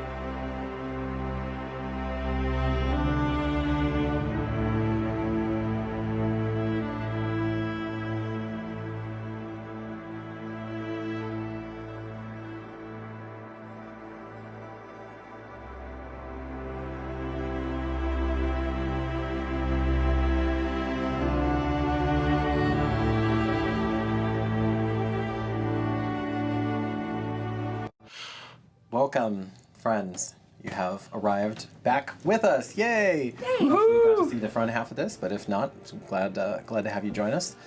So, Grim Reaper, you mad lad, thank you for the 5 gifties. We appreciate that. You're so cool. Appreciate you. Yes, Grim. you really do. You are a ride or die, sir. See you at Gen Con if you're there. And Everyone needs a Grim. everyone needs a Grim. We all need a Grim. Do we all need a? Never mind.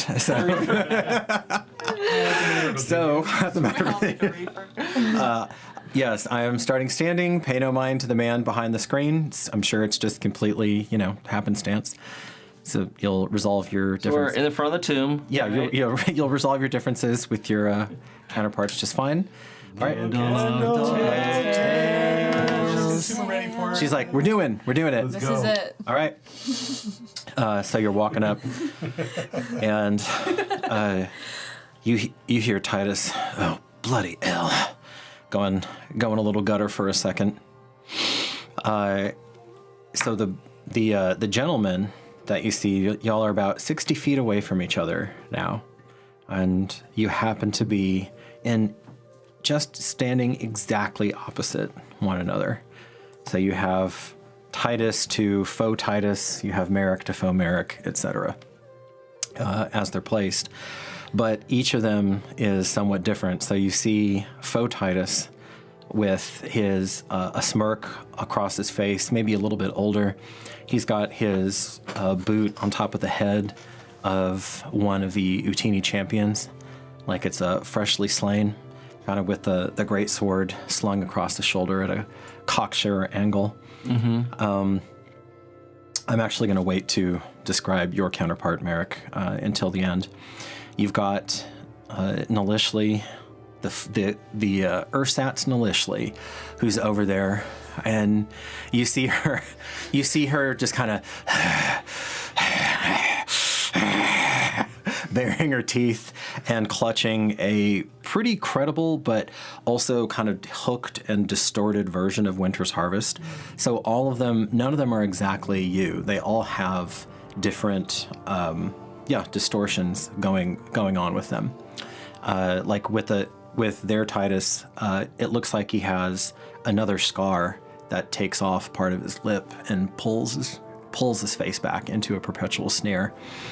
Little joker. Marcus, Marcus, your counterpart has a shovel of all things. He's got a bullseye lantern, and for some reason he reminds you of a gravedigger. God, this is like Dorian Gray. And he's just eyeballing. Oh, that's a really good one, Allie. Yeah. And then finally, Wesa, you see the other Wesa over there, kind of always moving and in motion, and you see her with iridescent green silk that shimmers in the dawn light. She doesn't appear to have a bow, but she has there's something that she's playing with over here, and you then see some sort of large snake that's wrapping around her arm. Seems epic. Coming out. Not too bad. All right. Titus kind of turns to you, bewildered, looks around. What, boy? You don't recognize your betters? The other Titus looks a little bit rougher around the edges, not so patrician, and as he... Were you waiting for Merrick until after this even? Oh, I'm sorry, yes. I just wanted to know, maybe you were. No, your counterpart isn't kind of in their choose your fighter screen, just kind of doing his thing. Yeah. You can feel him. He doesn't say anything. He kind of crouches down, and you can feel him just lock his eyes on you.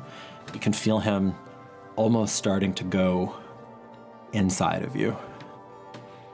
But like the distance starts to kind of telescope, but in this case in reverse. And you're feeling like part of you knows that you're still 60 feet away, but part of you feels like you're getting rapidly closer and closer and closer to him, whether you want to or not. Oh. I've seen those movies. All right. Yeah. Wow. Merrick, as you are the fastest person, if you are going to initiate something physical, I will let you start. What do you do? I don't, Lord. I hold my action in case they fire or do something. Okay. Goes to Wesa. Initial moment, initial reaction. Initial reaction. I mean, I would just scan the hell out of it. I'd just be like, is this real? Is this a mirage? Are they physical? Like, I would just want to understand if this is all an illusion or not. Okay. I am going to make a roll for you. Okay. Good luck, me. I do have a copy of your character sheet up here with me. So, they don't seem like the villagers with Goily. Okay. They seem to have substance, but you do see some sort of odd. It's subtle, but you see an odd shimmer around each of them. The shimmer is slightly different for each of them. So like for yours, it's this filtered gold green aura that is probably influenced by what she's wearing. But around the faux Titus, you see more of a hard red that's limbing his form. Okay. and like that with each of them. You rolled high enough that I'm going to say you do pick up that each of their auras of this kind of what do I want to call it? I guess aura will suffice for now, but I'm trying to think of a better word for it to describe it. Each of them is some sort of mixture of gold, green, or red. Interesting. You do anything with that? I'll say you get that almost instantly because you're observant feat. I'd call out, what do you want?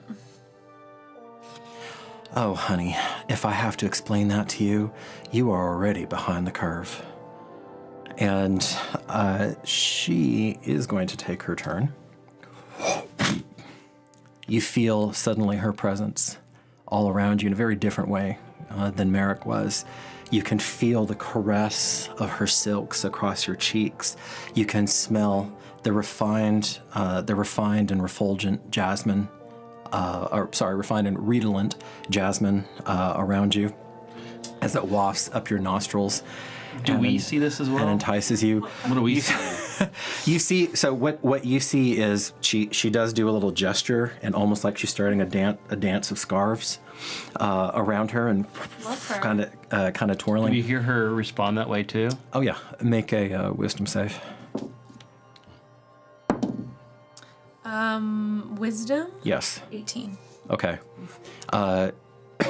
You managed to cough out this energetic jasmine that was filling your nostrils. And she looks at you. My way would have been so much more fun. Okay, Nalishli, over to you. Does my reaction go off now that I saw attack? Does he register that as an attack? Based on what I heard, yes. Okay, I'll fire at her specifically because she's the one who. Okay, I'll allow that. Yeah, go ahead. Fair enough. We are in rounds. Wanted to see. That will be a 19. 19. Ah! So fast. All right. I was ready for it to bounce off because like all these freaking will workers are like. All right. Roll damage. All right. This is a bow. For a whopping 4. 4. All right. Yeah. Tai, he hurt me. Tai. She's so fun. I like her. No. Attack her. Okay. So that goes on. Nalishli, what do you do? Well, so my Nilishli, my counterpart, Is like hyperventilating. he's like ready to go. Shit. You see the gums pulling back. You know. Ooh, God. And any second, you can just know she's going to explode into a sprint at you. Shit. Okay. But you have 60 feet. I have 60 feet. Yeah. I'm gonna. You're going to hook her up with a little ray? Scorn of the Night and Ray of Desiccation. Okay. As a starter. All right. So at the same time, you see her try to respond with her own scorn of the night, dueling scorns of the night. Oh, God. But as soon, and they both land, on both of you, and for the first time in your existence, Nalishli, experience your own scorn of the night. Wow. As it leaps across, and you can feel it turning your insides soft and weak.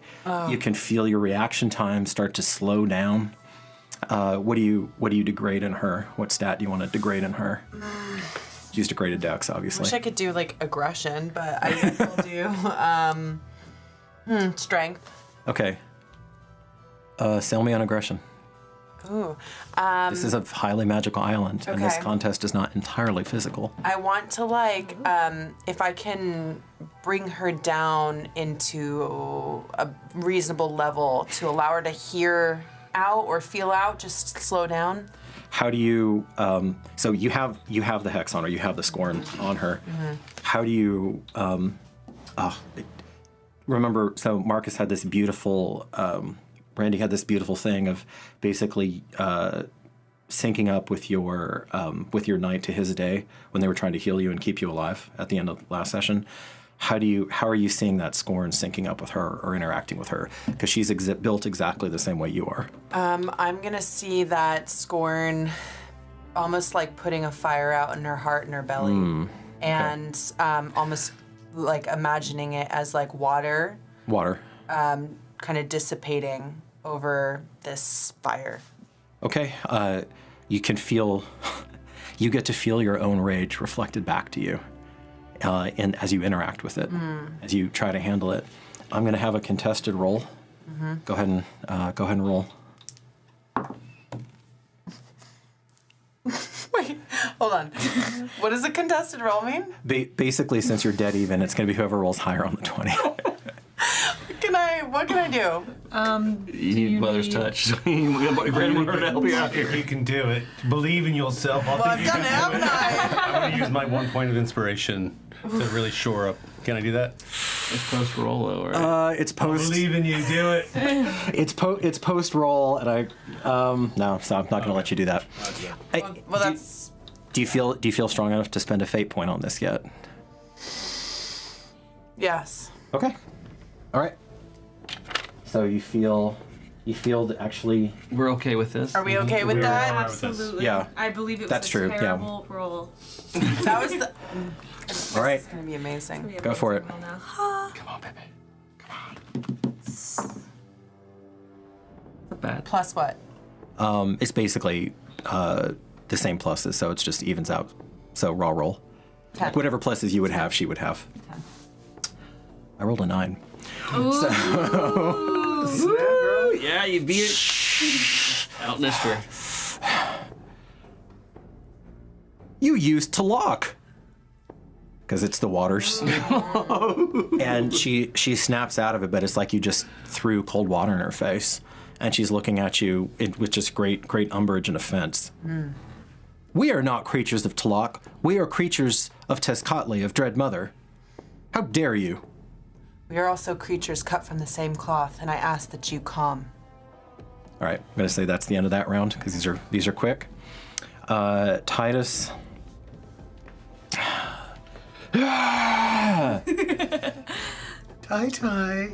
Tai charges forward at Titus, and Tai throws a pylum at Merrick.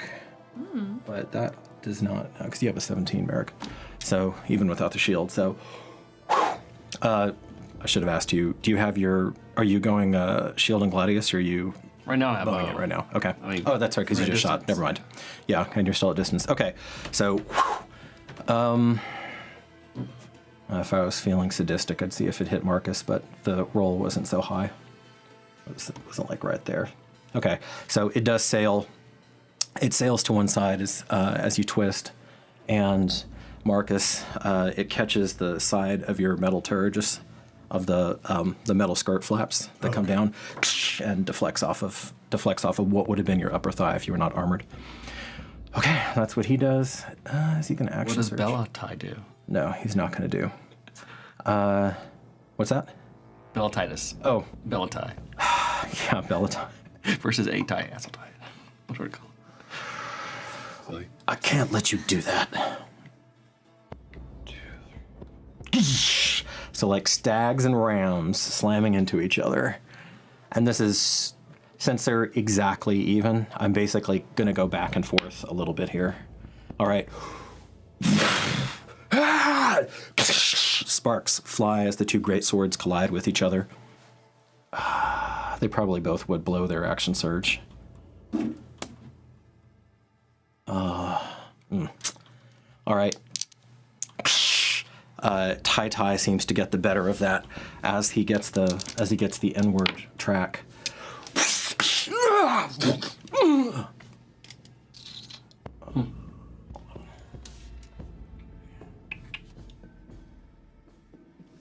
All right. Yeah, no, and he does get another. No, because they parried and that was it. Okay, that's their action surge. So it went straight through his gut? Titus wasn't strong enough to do that, but definitely drew blood. Titus is going to use your Titus is going to use his bonus action. He invokes the power of his blood. Yep. And it knits. Marcus. I'm looking over mine. Taking a long view down at the version of me up there on the with the gravedigger and all the Okay. blood again. Hey, what's going on over there? Roy. I mean, what we doing here? I mean, really, what we doing? This. You see there's a black flame that comes off of the tip of the shovel and arcs over toward you. Oh, he's got a shovel. Make a dex saving throw. Oh, sorry. Nat 20. Okay. How do you just casually step aside when it's landing? Or what do you want to do with it? Can I use my flame to actually just block it away? On a nat 20 you can, yes. Okay. Wow. What are we doing here? What are you doing? Did I expend the flame to actually bat it aside? Or can I actually still just redirect it now that I've straight out through? I'm going to say on this island, with a 20 you can. Perfect. Redirect it and then straight on through. Okay. Like I got the vision of the woman when they first set foot on the island using the same straight as a sniper. So you cleanse. That's true, because now you know what your speed is. Yay! Spell sniper. Woo! All right. You cleanse. He has to roll. Oh. So you turn, and his black flame dissipates as your own golden light goes. So he casually bats it aside with his. He rolled a 20 for his save. Oh. And the two. Do you remember the novel Villains of Necessity? Yeah, definitely. This reminds me of the spell battle in there. Okay, that's it. Merrick, you're back up. How far is the current Titus from me? 20, 25, within your range. I will, I'm gonna go ahead and, yeah, I don't want to see you get attacked by that band. No, I'll go right up there, drop drop the bow, sword and shield. Okay. And do a swing. As you're running up to him. 10, 15, 20. Yep. Boop. Just close enough. As you're running up to him, you feel as these nasty, burning, nettling from the insides of your bones, blood parasites enter your body. Fuck that. And you go ahead and swing, and he shoots.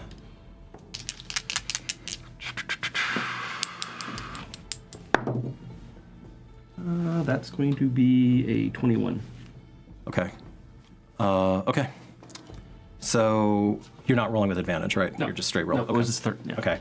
Yeah, he's Tai is caught up in what's going on with his counterpart. He doesn't even really register as you run along and get underneath his Turgis leggings. I have an ally within 5 feet, so I get do. that little sneaky. You do. 4, 9, 12. Notices that. He sure does. Okay. Whatever happened, you don't have a chance to look over, but your counterpart, he was wide of his mark. You don't know exactly where his arrow went, but you know it didn't hit you. Okay. I didn't know you put that freaking Ross shit on me. Yeah, it's on you now. It's, well, more specifically, it's in you now. Okay. So, not maliciously, the off-brand maliciously is trying to work herself back up into a rage. Damn it! So angry, but I just can't get there. And she sees their leader in peril. What's your bonus to attack? +5. Yeah. No, that's fair. She swipes at him. He manages to deflect it, just barely. Some sweat's coming down his face. It's to Titus. Yeah, at Titus. But she seems like she's more intent. Like she gave him a swipe on as she was passing by, but she seems just kind of still fixated on you. Does he get attack of opportunity as she moves by? Potentially. I'm just advocating for him. Yep, Since, potentially. She has not left his melee range though yet. So then he'll have to choose if he's going to spend his react that way. Nalishley, what do you want to do? Do I get a sense that whatever I throw her way, I'm gonna get an exact mirror of that back to me? Is that what I? It's your decision, but you are seeing them apparently with many of the same, if not identical, abilities. For what it's worth, in the moment she's angry, but she has not become enraged yet. Okay. And you're pretty sure if she was able to, she would. I'm gonna ward. Okay. That's only for you, though. I know. Okay. Do you want to say anything? So you trace. Well, is warding a main action or can it be a bonus action? Word's main. You know what? Let me put down the dueling hexes here. Remember, out of character. Hex on her hex on you. Can I even say any strategy out of character? My hex is on her? Yeah. Yeah. Oh, we still have. Oh, it's still active? Mm-hmm. Oh, shit. All right. And Ray of Desiccation's a main action as well. It is, but you can, hex is concentrations, but so you can maintain the hex and still use the ray, of course. But if you ward, then you can't ray as well. Okay. What's the right answer here? I would say, I mean, she knows that, like, whatever damage she's doing is also done onto her. I feel like that's a sense that I'm picking up. That being said, I'm gonna ward. Okay. This might be dumb, but that's what I'm gonna do. Okay. You trace, no roll needed. Yeah, you trace the sigils of protection in front of you, and you feel that quasi stiffening of the air that's going to slow down whatever attacks you at that moment. Oh, I'm sorry. I should have gone with Wesa. It's okay. It's okay. So you guys were just kind of checking each other out. All right. Wesa, what are you doing? So my sense of being able to control others was just exerted on you unsuccessfully. Yeah.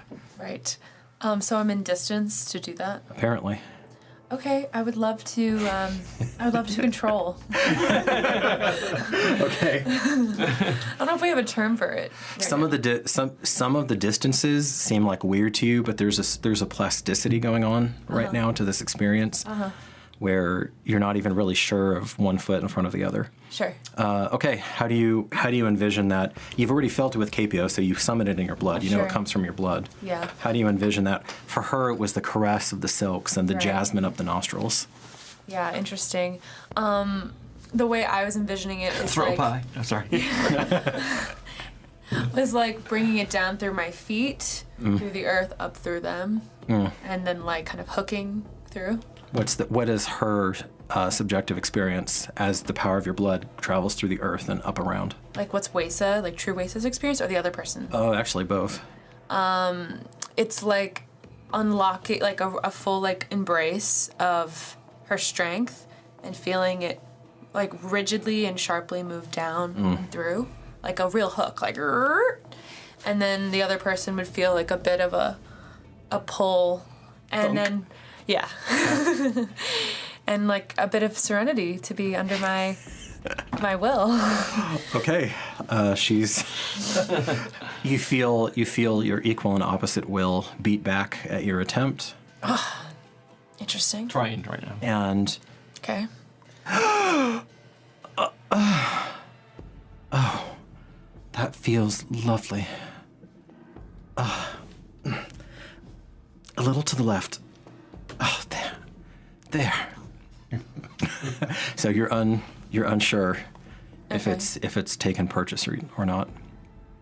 But she doesn't seem to immediately counterstrike. And for her part, Oh, get off him, you nasty little thing. But she's not quite in range. So instead, not Wesa pulls a little something out of her scarves and does absolutely nothing to you, Merrick. As whatever it was, Or flies off. yeah, it didn't even hit you. Just flies off. It was some sort of small, like thick needle thing, but you're not paying attention to it right now. Okay. Do you move? Do you do anything else? Well, yeah, I want to keep a good eye on her. I want to see if I have enacted will, so I would probably move a bit closer. Okay. How close? I would move behind Merrick, in front of Marcus. Yeah, right over. I wouldn't be right behind Merrick. I'd be like a few steps back. Like here? Yeah. Okay. Cool. Anything else? Can I do more than that? You do still have your armor on, so you could bonus action. Oh, I've never done a bonus action. Yeah. When you envenom with your armor, it's a bonus action. When I embed it. Oh, okay. Yep. Yeah. I would ready an arrow. Like my. Okay. Yeah. You can do that for sure. Okay. Ready and envenom the arrow. Okay. Yes. Interact with object. Fair enough. Yeah. You scramble and you get that out. And that shot was there. Okay. Marcus. I'm going to place my shield directly in front of me because I'm worried about that little archer over there. Directly in front of me. I'm going to get down on one knee. Relay Toya, please bless my party. Guard our hands, steal our hearts.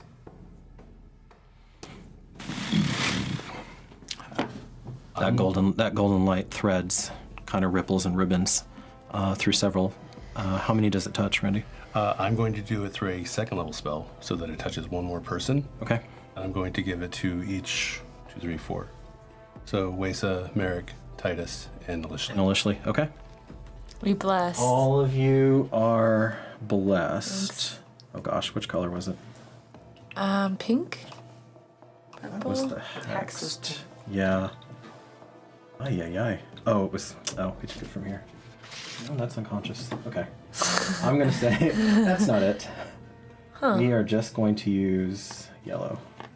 No, actually gold. That's fitting. Yeah. We're gonna use gold. Plus, deafened is not a condition that ever gets used. So. What is that? Deafened. Deafened. There are things that can deafen you, but this is actually blessed though. Oop. Okay. Bless. So it infuses into your bones, and your tendons, your muscles. You feel more physically capable. Yeah. And you are concentrating now, yeah? Yes. Okay. This is like, how many rings can we get going here?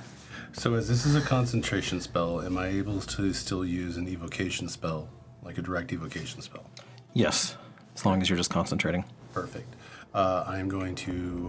But you can't cast twice in a round. No, Not this round, I'm yeah. not going to do that. Yeah. Then I am going to go defensive. Okay. All right, that's what you do. And...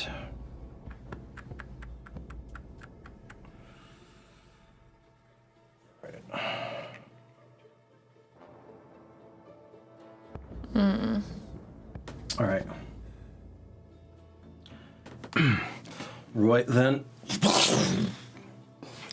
brings the shovel, and there's more of this black, grainy, it's solid crap that flies your way, Merrick. Why always me? Man, they are, yeah, because of where you're at. There's kind of half-assed trying to focus fire. They are rolling like dog mess. Okay. Love it.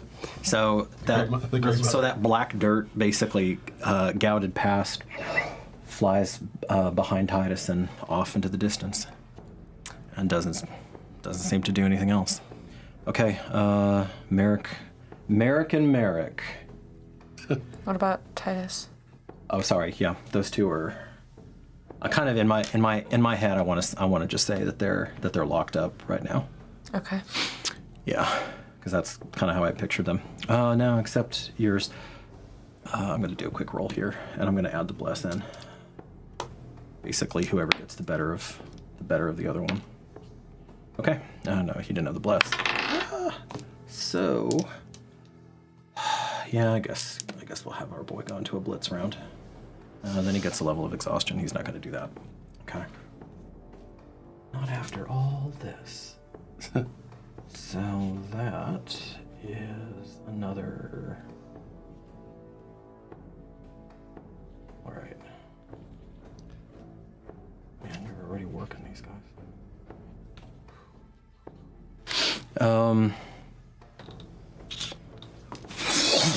I mean, they're basically like, right, just locked on like stags with each other, with each of them trying to maneuver for some thrust, and probably because of your bless, your Titus manages to get up under this time and drives up. Still not down though. Okay, so I'm gonna have this Merrick go before you this time, since you kind of went before him last time. You'll still get your attack off though. Exactly, yeah. He seems reluctant to close for whatever reason. My God. All right, arrow. This time it doesn't sail. It doesn't. Yeah, no, I have. That's horrible. All right, it thunks into. That time at least, it thunked into your shield. Fuck! Focus on Titus! Unless you get up here! And I attack. Okay, go. That's kind of what I say. Yep.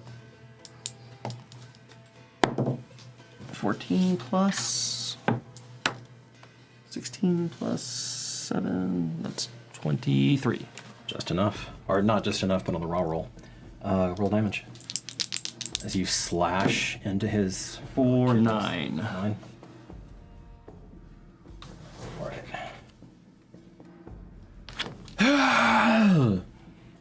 And he goes down. As basically, you take a very similar angle to what your lord just did. Much easier for you because it's under. Yep. And you punch through the already weakened part of his articulated plate. And you know what? We're just gonna push you down. We're just gonna push you down. As soon as he hits, you see his body start to waver, but there is blood coming out. What do you mean waver? Yeah, good question. Almost like a Shimmer. almost like a mirage. Like a glitch. That's kind of glitching. Yeah. Yours went, and this time I'm gonna get the order right. So Is Titus attacking before me or after me? After. after. Okay. Yeah.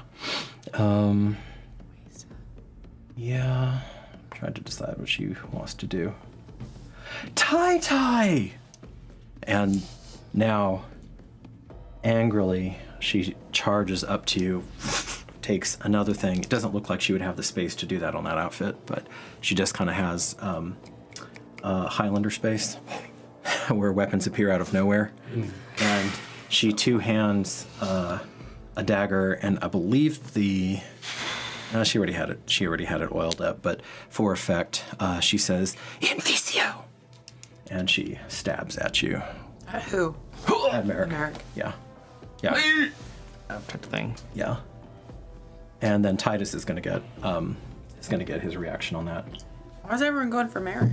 because of where he's at. Just started. Yeah. And he started. He started it. So she attacks, and you bat it away. It was a clumsy attack. And Titus, your Titus, then seizes that opportunity as she's obsessed with you, brings the great sword up, and down. But she manages to sidestep it. All right. And since she's only, about a little bit more than 5 feet away from you, she says, "There's still time for you to reconsider. I could never hurt your pretty face."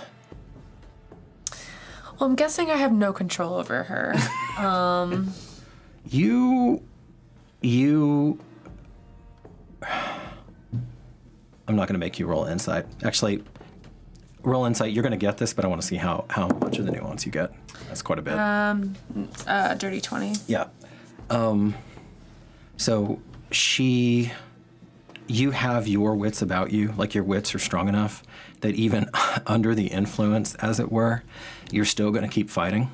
So now you know some of the limits of this control. So like a more sophisticated operator you really got Capio good. Because he should have been able to do better, but you did the whole breaking bread with him. So you don't think she's going to be able to bring herself to hurt you. And you probably do have more sway with her than normal, because you can feel that you're in, but she still is enough of herself. And in an odd way, that might be even admirable to you. That even under the influence, you're still fighting. That this mirror version of you, this twisted version of you or whatever, is still fighting. Interesting. Her snake is going wild, and the snake tries to bite Titus in retaliation, but just catches nothing but air as it lashes. If I recall, she has a snake, but she doesn't have any, and she has her silks, but she doesn't have anything else, correct? I mean, she just pulled out your right. It's a little dagger. dart fall by, Right, basically, right, a little okay, needle thing. Yeah, she's just really rad. Okay, so I'm gonna just shoot an arrow in her gut. Okay, that's fair. That's fair. You're too dangerous, girl. Okay, roll and remember that you get a +1 die 4 because you feel the bless stating your aim. So, well. So this is like +5, right? Like of normal. So this is like, guys. That's pretty fat. This is 27. That's pretty fat. She And Venom, too. she looks at you. Her eyes go wide. Okay, so roll your physical damage. Oh gosh, it's been a while. So physical damage, I'm gonna roll a die 6. -1. Yep. And then there's an envenom roll. For another die 6 of poison. Oops, I'm gonna have to re-roll that. Normal. Dang. So what was just the 3. What was the physical? The physical was 2. 2, so that'd be 1, and then the envenom. No, it's 3, so minus. Minus the one is 2. The reason it matters is because she's also resistant to poison, like you are. Okay. So physical damage was just 1. Was 3 Well, minus no, 1. it was 3 minus 1. Okay, it's 2. And then how much was the poison? Just 1. Just 1. Damn it. Which is still 1. Okay. Wasa. But I hit her so hard. You did. It was a perfect shot, but you just didn't have much sing behind it. Okay. She's dancing the dance. Scary. Maliciously, your girl finally gets to you. And she actually does use the reach of her version of Winter's Harvest Titus? to try to come out and snag you. No, because he already used his reaction. Yeah, you already used on her. Yep. Yeah. Good ask. Make sure I didn't know what rounds were. I believe you are. This is technically the start of your turn, but since she has the initiative, I'm going to say that she's going forward, so your ward would still be in effect. I believe it's until the beginning of your next turn. Beginning of the next. Yeah, which would be this current turn. But she's just going to catch the tail end of the ward. Okay. What do you want to do? Like my ward is still active. Yeah, it's good. Split second later, it's going to be. Okay, so and she hasn't attacked yet. She's like, she's in the midst of swinging. Okay. Well, in addition to my warding, then I'm gonna do a raid investigation in pain. What's up? Okay. Because I've still got my hex on her. You do have. You still. And I can do warding at this, essentially at the same time. Yes, because basically that's dissipating, and you don't have to concentrate on it. Will my ward still be up by the time she swings down? Is what I'm wondering. You're about to find out. Well, that's important to know. It's a little weird because you're fighting essentially your clone, you know. So you're exactly as fast as each other. Actually, well, technically she's a little faster than you because she made your dex go down, but the ward doesn't care. So the ward is still up for what your prime fighting speed would be. Yeah, I'm gonna do raid investigation. Okay, all right. Yeah. She did not. Because I know if they're right next to you, you take the, I don't want to say if they're within 5 feet. Yeah, you have enough reach. Otherwise, you'd be disadvantaged if she was right on you, but she didn't close body to body. Okay, go ahead and roll to hit. +5? +5. Dirty 20. Oh, great. Nice. You're also blessed, by the way, so don't forget the +4. Oh, I didn't know there was a Or plus 1d4. plus 1d4? Yeah, when you're blessed. We're with it now. Okay. That's the end of the first So that's 21. 21. Okay, yeah. In that case, it didn't matter, but good to know. She swings, and the ward seems to mess her up, and she kind of deflects off of the last gasp of the ward and doesn't even get you. As opposed to you, where the ray of desiccation slams into her. Nice. Roll damage. With As you, 10. D10. As you desiccate yourself. Desiccate myself. That's so sad. Importantly, she did not seem injured. What do you mean?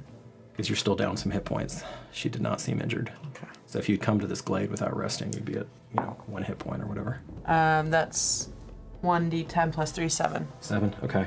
Yes. Yeah, that starts to chip away. Although you're like, damn, I'm tough, because you see it just. I'm curious. Does her harvester weapon have any reaction to any of this? I was curious if it's just sitting there. She is not really doing much with it right now. She's not paying it mind. That's Nalishli, and Titus had already. So Titus turns, and you can see that even in this, he seems. On instinct, he had attacked her. On the sentinel feed on his reaction. Then he looks at her. Waisa, why are you doing this? You can still think. And he's talking to her.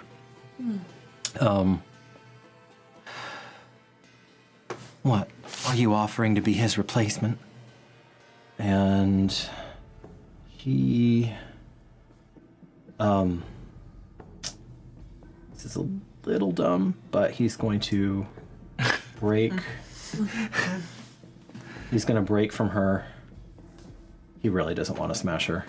Waisa? Yeah, he doesn't want to. He did it. Come He did it on. instinctively, but he didn't want to break. Guys. 15. Gets over to Marcus. Looks like a ghoul from here. I know. It's scary. The hat is Okay, scarier than the shovel. I just want to note, I've now rotated through 3 different dice, and I think the highest roll I've gotten has been a 9. No complaints here? This should be a pretty difficult fight, but fate is with you. So, at least thus far, Waisa tried to tag him with the nasty and venom blade, with the blade of venom. So that special blade that you have, as he goes from her, but she again it just kind of deflected off of his armor. Didn't even come close to piercing it. Gets to Marcus. Sorry. Because even though he's dressed as a gravedigger, it does still largely look like you. I'm right with that. Ain't no sleep losing the night, bun. Been pretty consistent on his damage, though. All right.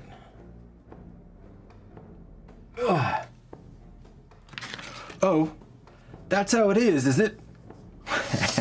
Boy, that's how it is. Right.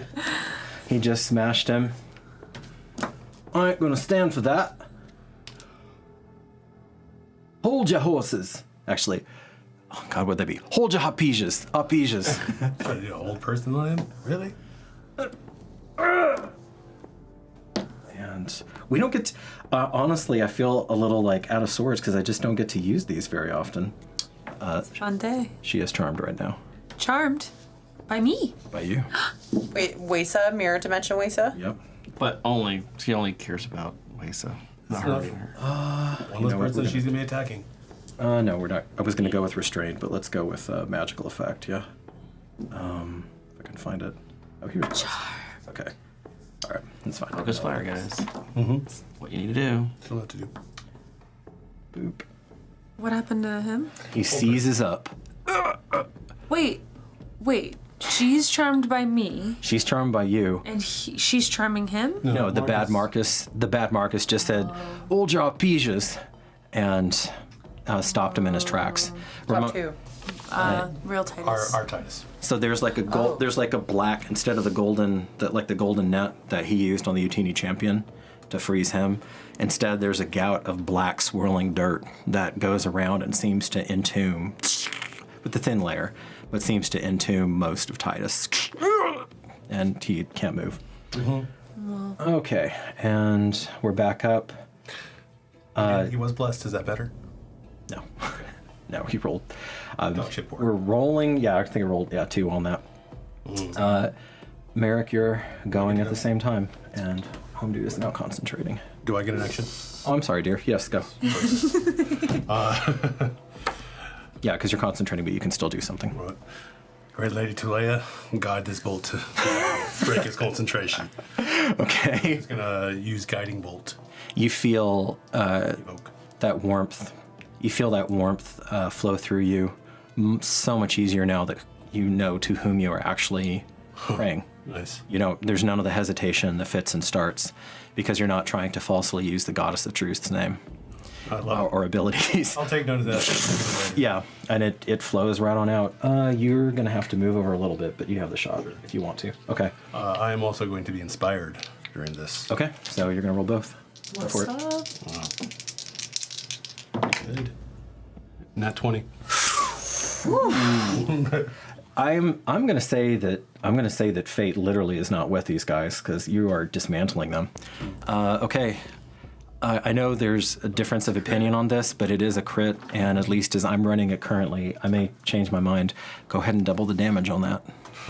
Because That's 8d6 radiance. Yes. Double the damage. That's the strongest attack. You have. Double the damage. So you. Well, actually, I'll wait. Wow. Stack, this stack, side. stack. 25 for the first 5. Okay. And then Stack, stack, stack, stack, stack, stack, stack. wow. 35, 36. I think that's the most damage we've ever had in a single hit. Yeah. I'm pretty sure. Okay. Woof. What happens to him as your bolt hits him? I'm imagining light pouring through my arm, down my hand, basically directly into his face. I was trying to break his concentration from the Oh, you sure did that. Yeah. So face snoot full of light of God's honest truth, right here at your base, and just like zapping with as much as I can because he's touching my guy too. Okay, and flesh is wrinkled instead off. of, you know how I usually describe it as just, you know, like a bolt or like a this is for 1,000, 2 1,000, 3. It's a continuous beam. It's a long sustained burst of light as it flows into your counterpart's essentially mini gravedigger body, because the gravedigger is one of the biggies in this world, one of the mid powers. So hits him and he just goes away.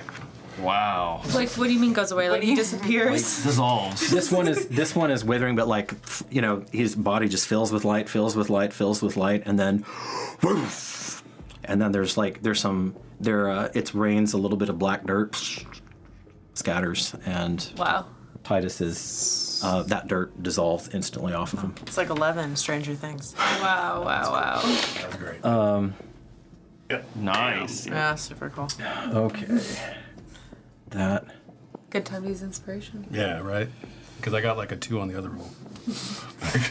Like shit, dude. I got something for you. Your counterpart finally says, Merrick, as he charges into you. Time to get attack on this time? Opportunity? He may, depending on what he does. Please hit him. Please. Titus shakes off the dirt, but you know, even though he's young, he is a hardened warrior, so he immediately reorients himself to the new threat. As he's charging in, what are you doing? Home Dude over here is still wavering. He's still like, he didn't just go away the way that Gravedigger Marcus did. I understand he's probably potentially going to eventually get up. He could get up. Hard to say. I will attack. So if Titus turns on him, I will attack him. Yeah. On other Merrick? Yeah, because then I do have the. Yeah, no, Titus is there. Fist, yeah, Titus is there. So I will swing at him. Okay. Ooh, that's not going to be good. I don't think this is. I already know the answer to this. I don't need to roll more here. That's a whopping 11. Okay. As your Gladius goes, he seems to know what you're going to do, because remember, this one had locked on the most out of everybody. He pivots. He doesn't even do any like crazy sidestep. He just changes his angle a little bit, lets the Gladius slide, and the rest of you see this creature merge with Merrick's body. What do you mean? I mean, Titus did take a swipe at him as he went by. Wait, but so he aimed it too high, and he wasn't expecting him to just into you. so two become one? Is that what you're trying to To tell me? become one. How do we fight that? Okay. How do we fight that, guys? how do we fight that? Wesa.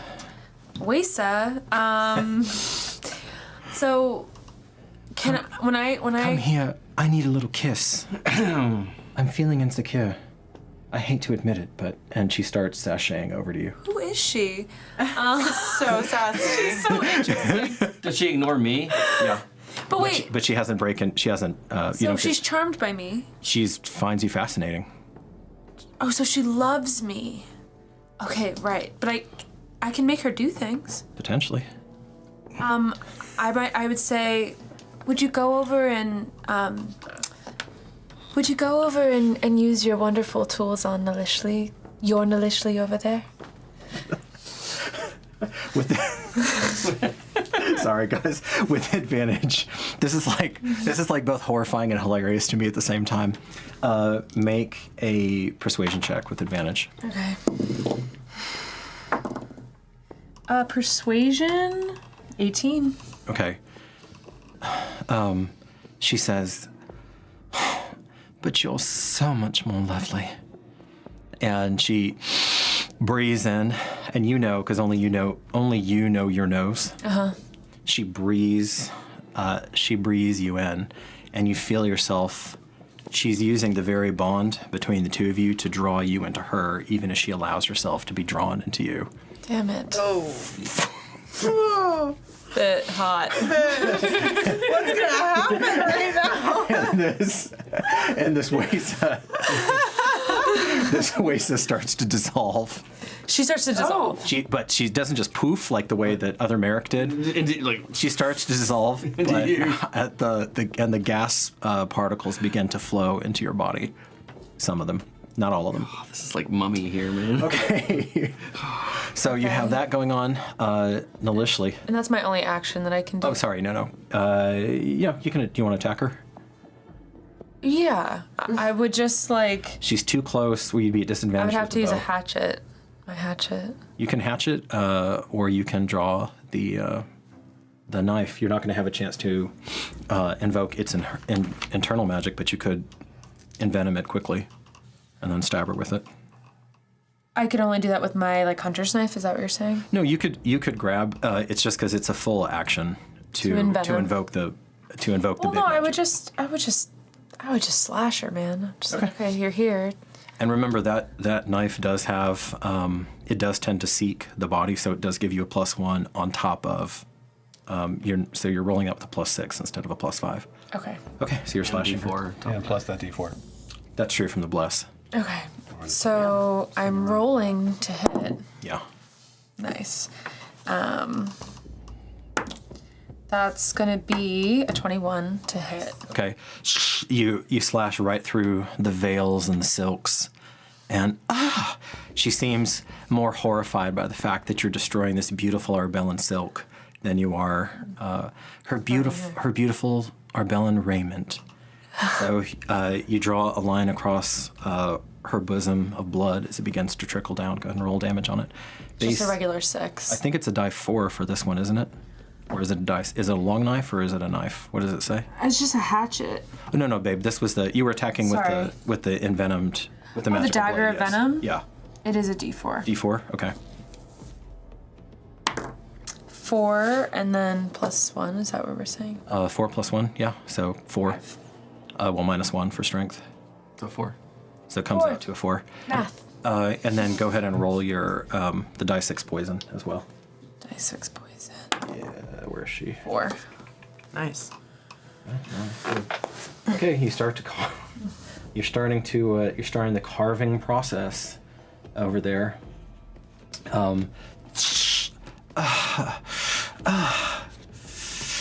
You know, we've always actually liked the pain.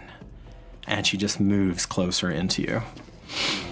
As she speaks aloud, some dark corners of your psyche, and you can hear her whisper to you, "It affirms that we're still alive." As some of her blood drops on you, and now she's just like trying to grab you. You are shoving her and slashing her as this is going on. Okay. Now, Leslie, what are you up to? So Ward's gone now. So Yes. there's no hex on either of us at this point. No, the hex is still there. Oh, the hex is still there. Yeah, it's crackling its eldritch energies. Oddly, yours, like you know how the Not Marcus had this weird twisted parody with the black dirt. Yours seems to be basically pulse for pulse. It's exactly the same. And of all of the people, she has the least distortion when you're reflecting her back. Maybe just a few tweaks, a few hooks, and a few links of chain in her armor, but other than that, the same. I'm gonna, before I take an action move, and I get first strike here, right? You guys will probably be going at the same time. Okay. I'm gonna before I take my next strike, I'm gonna say, "Calm yourself. We are not enemies." Why do you use Talak instead of Dreadmother? Dreadmother approves it, Talak.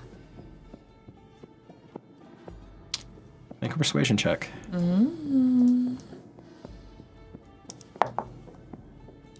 22.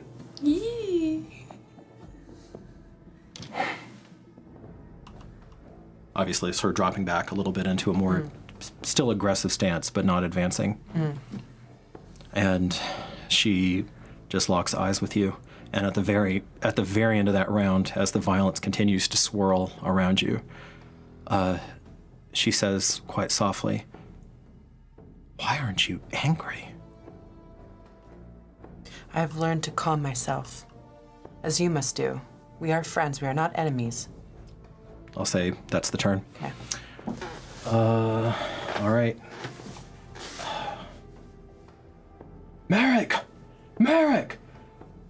As you're, well, we're gonna get to you. Okay, he's gonna swing. He does not like doing this. He's gonna position himself behind her, and he turns it so it's the flat of the blade. He really loves Wesa, and he's shown that again and again. I appreciate it. So he turns the flat of the blade on her for subdual damage. Subdual damage. And amazingly, still whiffs. He really doesn't want to hit her. He pulls the shot as she's writhing on you and trying to and trying to grapple you. Grapple me? Yeah. This is so this is Amy horror. All right, Marcus, you feel the presence of your goddess. You also feel other forces at work here. Not necessarily another god, but certainly something muddying the waters. What would you like to do? And you're seeing because you're not engaged right now, you're seeing pretty well the state of play. You saw that thing just bamf into Merrick. You see this weird sort of half slashing, half combat, half dance going on. And from this angle, the two Waces locked in combat look nothing more than two writhing snakes that have twined over each other and are fighting right now. Perfect. First, does the muddy waters feel divine in any nature? Like, does it feel like my lady's divinity? Does it feel like something else's divinity? Does it feel like... You're not certain, but it doesn't, like I said, it doesn't. You don't feel another presence with a capital P. Fair enough. But there are other powers in Terra. Sure. Great lady, allow me to hold this creature in its corporeal form. And I'm going to reach out my hand and imagining blinding, like, chains of light just wrap around the corporeal Wesa to keep her that way. Before she mists out? Before she completely mists out. Okay. And hold burst on her. And you actually see these golden chains shoot out from your hands.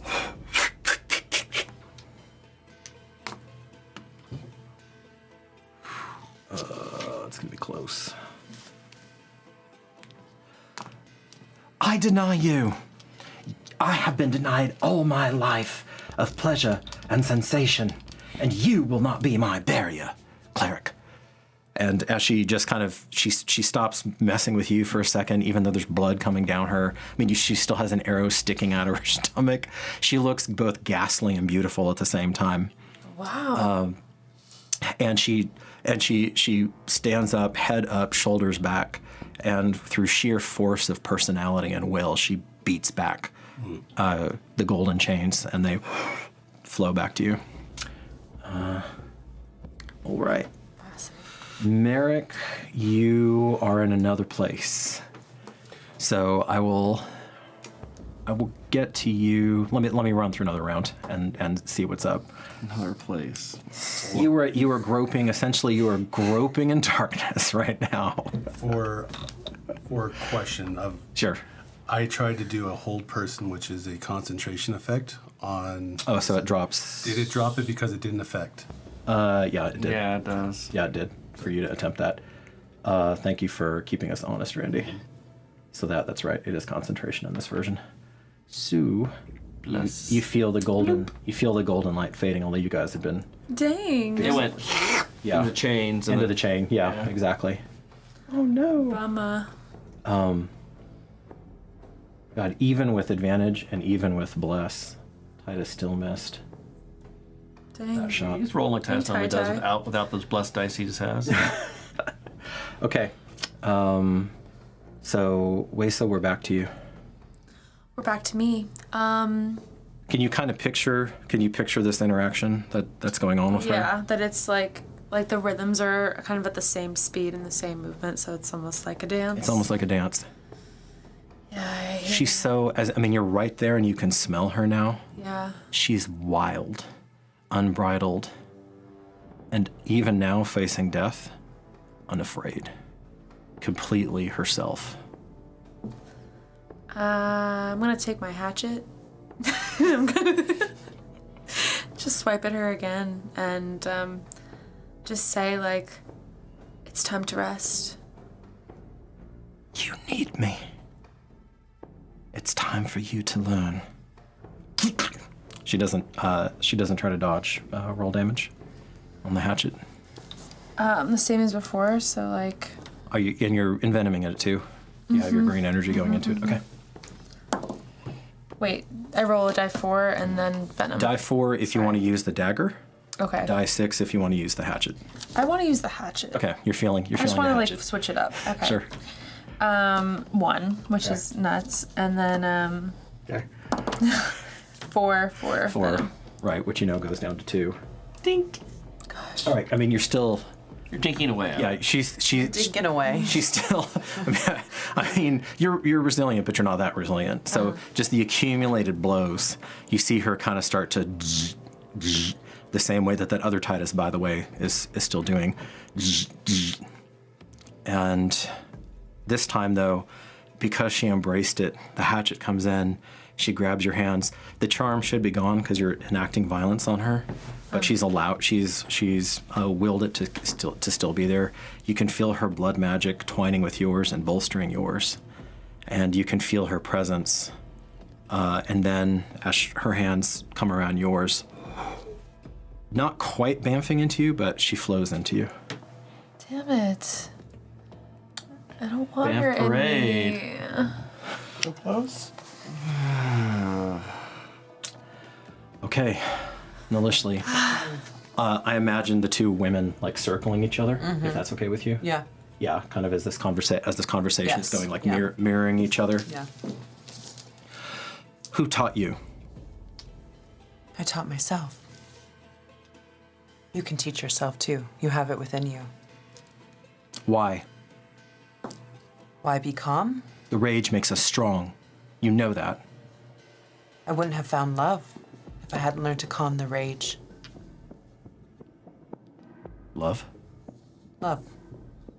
We cannot find love. We are the child of Dread Mother. You are mistaken.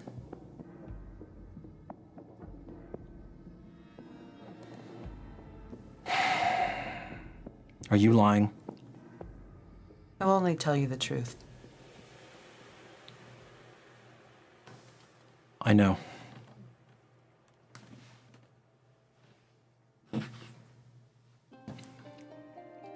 You, oh my gosh, it's so great. Yeah. Ellie, Ellie, give yourself inspiration. That's what's up. Okay. So,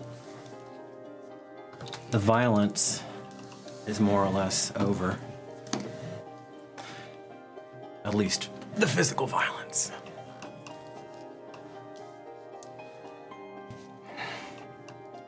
You need me. You're not going to make it without me. And you're in some sort of burrow. And even though you were born in Geramentum, your bones tell you that you're in the Shire. It's dim. There's a candle going. The roof is not Dyrathi-sized for once. It's correct. Because even in Geramentum, they built it large enough so that the humans can come in and visit. Yeah. Short by human standards, but not. Right. They're not crawling on the ground, you know? And there's a part of you that likes it. I mean, this is for innumerable generations. This is how your people have lived. I don't need you. You enacted wrath. You need both. Look at you, at war with yourself. And he's kind of circling. You're in some sort of study. You see the written version of your people's language, which is very physical. Actually, in some ways, it's not dissimilar from what the Uralit do, although they've stylized it. But it's a lot like their barks. They're actually like raised shells for words in some places like this. This is very painstaking, but this is how they write poetry. So you're in someone's like poetry study, basically. Got it. And he's moving around. Look, you didn't find the balance in yourself. And he hits the bow that's hanging on your bedroom wall. I winch. Okay. But I maintain as calm as I can on that. You're angry. I don't want this anger anymore. You use it. You find a way. You ride it. Not anger. Yes, it will keep you alive when everything else fails. Anger only leads to hate. It only leads to bad decisions. It can also lead to survival. You would be dead now if you didn't have a fighter's heart. A fighter's heart that is disciplined and focused. Is that what you've been? Disciplined? Not of late. I've had time to think. You're not always going to have time to think, Merrick. He gets closer to you. No, but decisions like this. Roth has no place with me. His armor, just briefly, his armor's darker than yours, and it looks almost like there's some sort of black oil on it. Should have died that night. Maybe, but you didn't, and there was a reason for it. And I don't think it was because you're a coward. I think it's because you are a fighter. You're a survivor. I am, but I'm also a believer in the Great Mata. The Magna Mata. Well, you're going to have to The find cycle of life. some path that's not convenient. No, it's not going to be the mistress of the bloody soil, but it's not just going to be the Magna Mater either. That was never your destiny. We both know that a powerful matron is coming. We both know that you're destined to face the other avatar of Roth. Hiding behind the skirts of the Magna Mater is not going to do it. I will face him as a believer, protector, and a follower of the Magnamata. Then you will fail. Then I will fail, but I at least will go to my grave with a whole soul. And our wife? And our unborn children? Is that acceptable to you? It's not to me. They will understand. No, they won't. They will appreciate me. Oh, yes. They despise what I became to some extent. I'm surprised she hasn't left me yet, but she is strong and believes and loves in me. When I told her to remove that door, I saw the happiness on her face. I felt better. True. It is time to remove the anger and the damage. Start the healing process. But you can never go home, Merrick. You're not going to be the person that you were when they took you in. No. That person is gone. The path that I can choose is my own. I can make the choice. That is freedom. No God can tell me otherwise. I wonder if the matron is going to be this forgiving. And by the way, you're dying. You see froth coming out of Merrick's mouth as he's convulsing on the ground. Wesa, you are in a boudoir, in a beautiful domed room with an aquamarine mosaic shot through with whites and some greens on the ground, like some sort of lovely riverland pattern. And you realize it's a map of your home and of Geramentum and of all the waterways around it. And there's a warm breeze. It's much hotter than what you're used to, but the heat is almost welcome, bracing. It reminds you you're alive. And you see different shades of not only green, but prominently green. Fantastic wealth on display, but casual, easy. Nothing ostentatious. Blowing in these breezes. There are no doors here. There are 3 different entrances to the room. Why have you denied yourself? Why have you denied us? Denied us what? This? Everything. The foods are a poor substitute. A poor substitute for life, for living, for loving. When she was our age, our mother already had many dreams and aspirations. And she was seizing fate and making it see her. And she was kind of reclining on this, behind this curtain, and she gets up out of the cushions now. Close, and then she stops. I need you. We need you. To be that person. Not her. Not who she was going to marry you off to. But you. Your words, your powers. Do you understand? Look at me. Look at me. I need no armor. I have it. And she gestures, and you see there's a exact replica of yours hanging in a, of course, beautifully but understated, arranged set. So it's upright.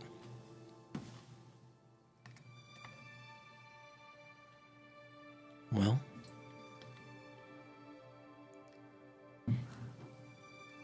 So, you want me to be me? Yes. They're coming soon. Who? Our people. Half of them any road. They're coming. They're going to know that you've abandoned the threefold path. Or have you? Do you still have a secret heart? Do you still have places that no one else goes? You know I do. She gets closer. You can smell her now, and she can smell you. Do I? Let me into those places, and I will keep our secrets, and I will keep you warm when all else is cold. I promise this. cut me and taste it, and I will taste yours if you doubt the veracity of my claim. Fine.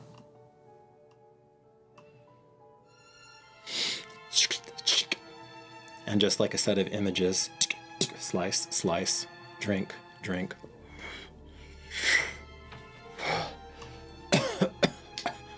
And you're back. All right. You see Merrick. So that happened basically the same time, maybe a little bit later, so I'm going to catch up with Merrick. All right. Healer, warming up. What are you doing? I'm running over there. He's on the ground, twitching, frothing, all that good stuff. Yep. He's coughing up black ash. Gotcha. Well, the first thing I'm going to do it. Goddess, grant me light. The body. Okay. I'm trying to use scan the light over to actually if that has any effect on the blackness that's inside of him, push it back, give him some more. Doesn't seem to. It just illuminates what you can already see. What do I see? Him convulsing. Like any concentration around the lungs, the throat, stuff like that? Nothing obvious. Allow me to heal this man, goddess, please. It's there. She answers your call. And roll a die 20, Randy. 11. Okay. Now you feel it. You don't know if she was here the entire time, but Rolf, who, although it's been a long time for us as players, was invoked as recently as really a day ago, has settled in nicely. And you can feel a part of him that is unwilling or maybe unable to release it. I'm sorry, Missy. You ain't allowed on this island. I'm gonna push back at it. Try to push it out. Okay. You burn another spell slot if you have one left. I do. Which you do. Two levels. Okay. The gold increases in intensity as he's doing this. Nalishli, quickly, what are you doing? I see Merrick. I also come over. I'm gonna go over to where he is, and I'm going to, I don't know if it's dumb, but put my hand on him as well. Okay. And ask that Rolf leave. You hear within both of you, and Merrick, you're going to have a dim recollection of this. As, actually, all of you are right there. Titus might be the only one who doesn't catch it. He's holding your head, trying not to freak out, because he's brave as hell, but he's useless right now. There's literally nothing, and his mentor's choking to death. There's not really anything you can do. Okay, he probably didn't get it. So yeah, that's great, Wiz. You just had that interaction with yourself. You feel a warmth inside of your heart, by the way. That wasn't there before. You feel, and all of you but Titus here. Remember, I began with generosity. And under your sustained barrage, this is Tawea's domain. Yeah. Right. The black ash goes out. And Merrick, you revive.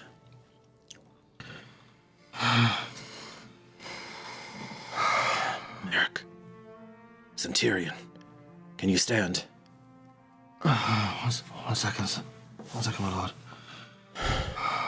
You feel his hands have been on you, and he gently puts your head down and then gets back up to a alert position in case something else. Not so far. He tries to get up. Okay. You're shaky. Yeah, pick him up. The two of you help. Yeah. The two of you help him. And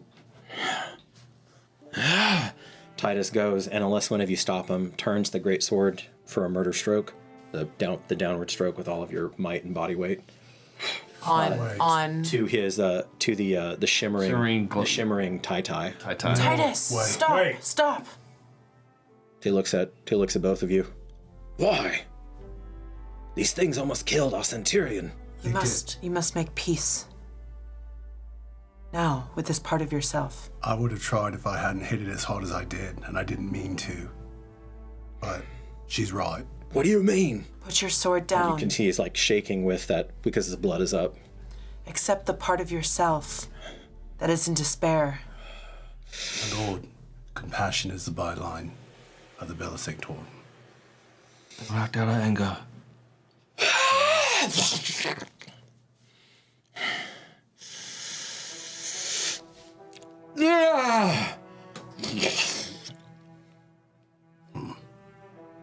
His hand flares with light.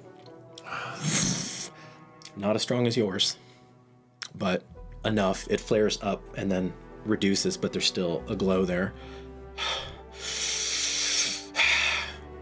I'm not you, but I can't hate you either. And he kneels down and touches him. The gold flows into the other Titus's body, and it too goes with the wind. And that's where we'll end it.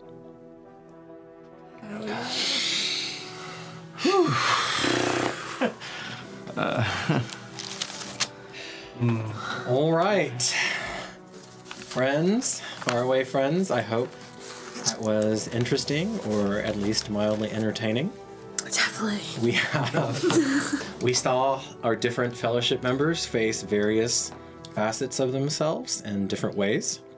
And we will see how successful ultimately it was. It was actually quite interesting to see how everybody approached their essentially doppelganger, which I think was very much in character. Very much in character. And I know you got this. I guess this is going to be the Oprah episode. Nalishli, you resolved your conflict essentially without violence and before it got in you. And you have put down, and all the work that you've done on rage made that possible. So like that was an accumulated thing where if you'd just been giving into the rage, because I've been quietly keeping track of how many times you gave into rage. It was actually less than you might think. Because you got that, you only needed once with Griff, and you got that lesson. So that interaction was only possible. So well done. It's basically the culmination of that whole internal arc. So I'm going to give you a fate point for that. Woo, bravo. Yeah. What's up, Nilly? That is part of that sort of serenity is part of Or their fate. part of their destiny. Our fate. Well, it's part of all of y'all's destiny. Yeah. Wow.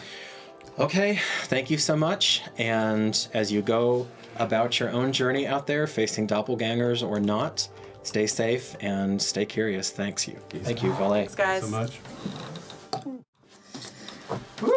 Well done, y'all.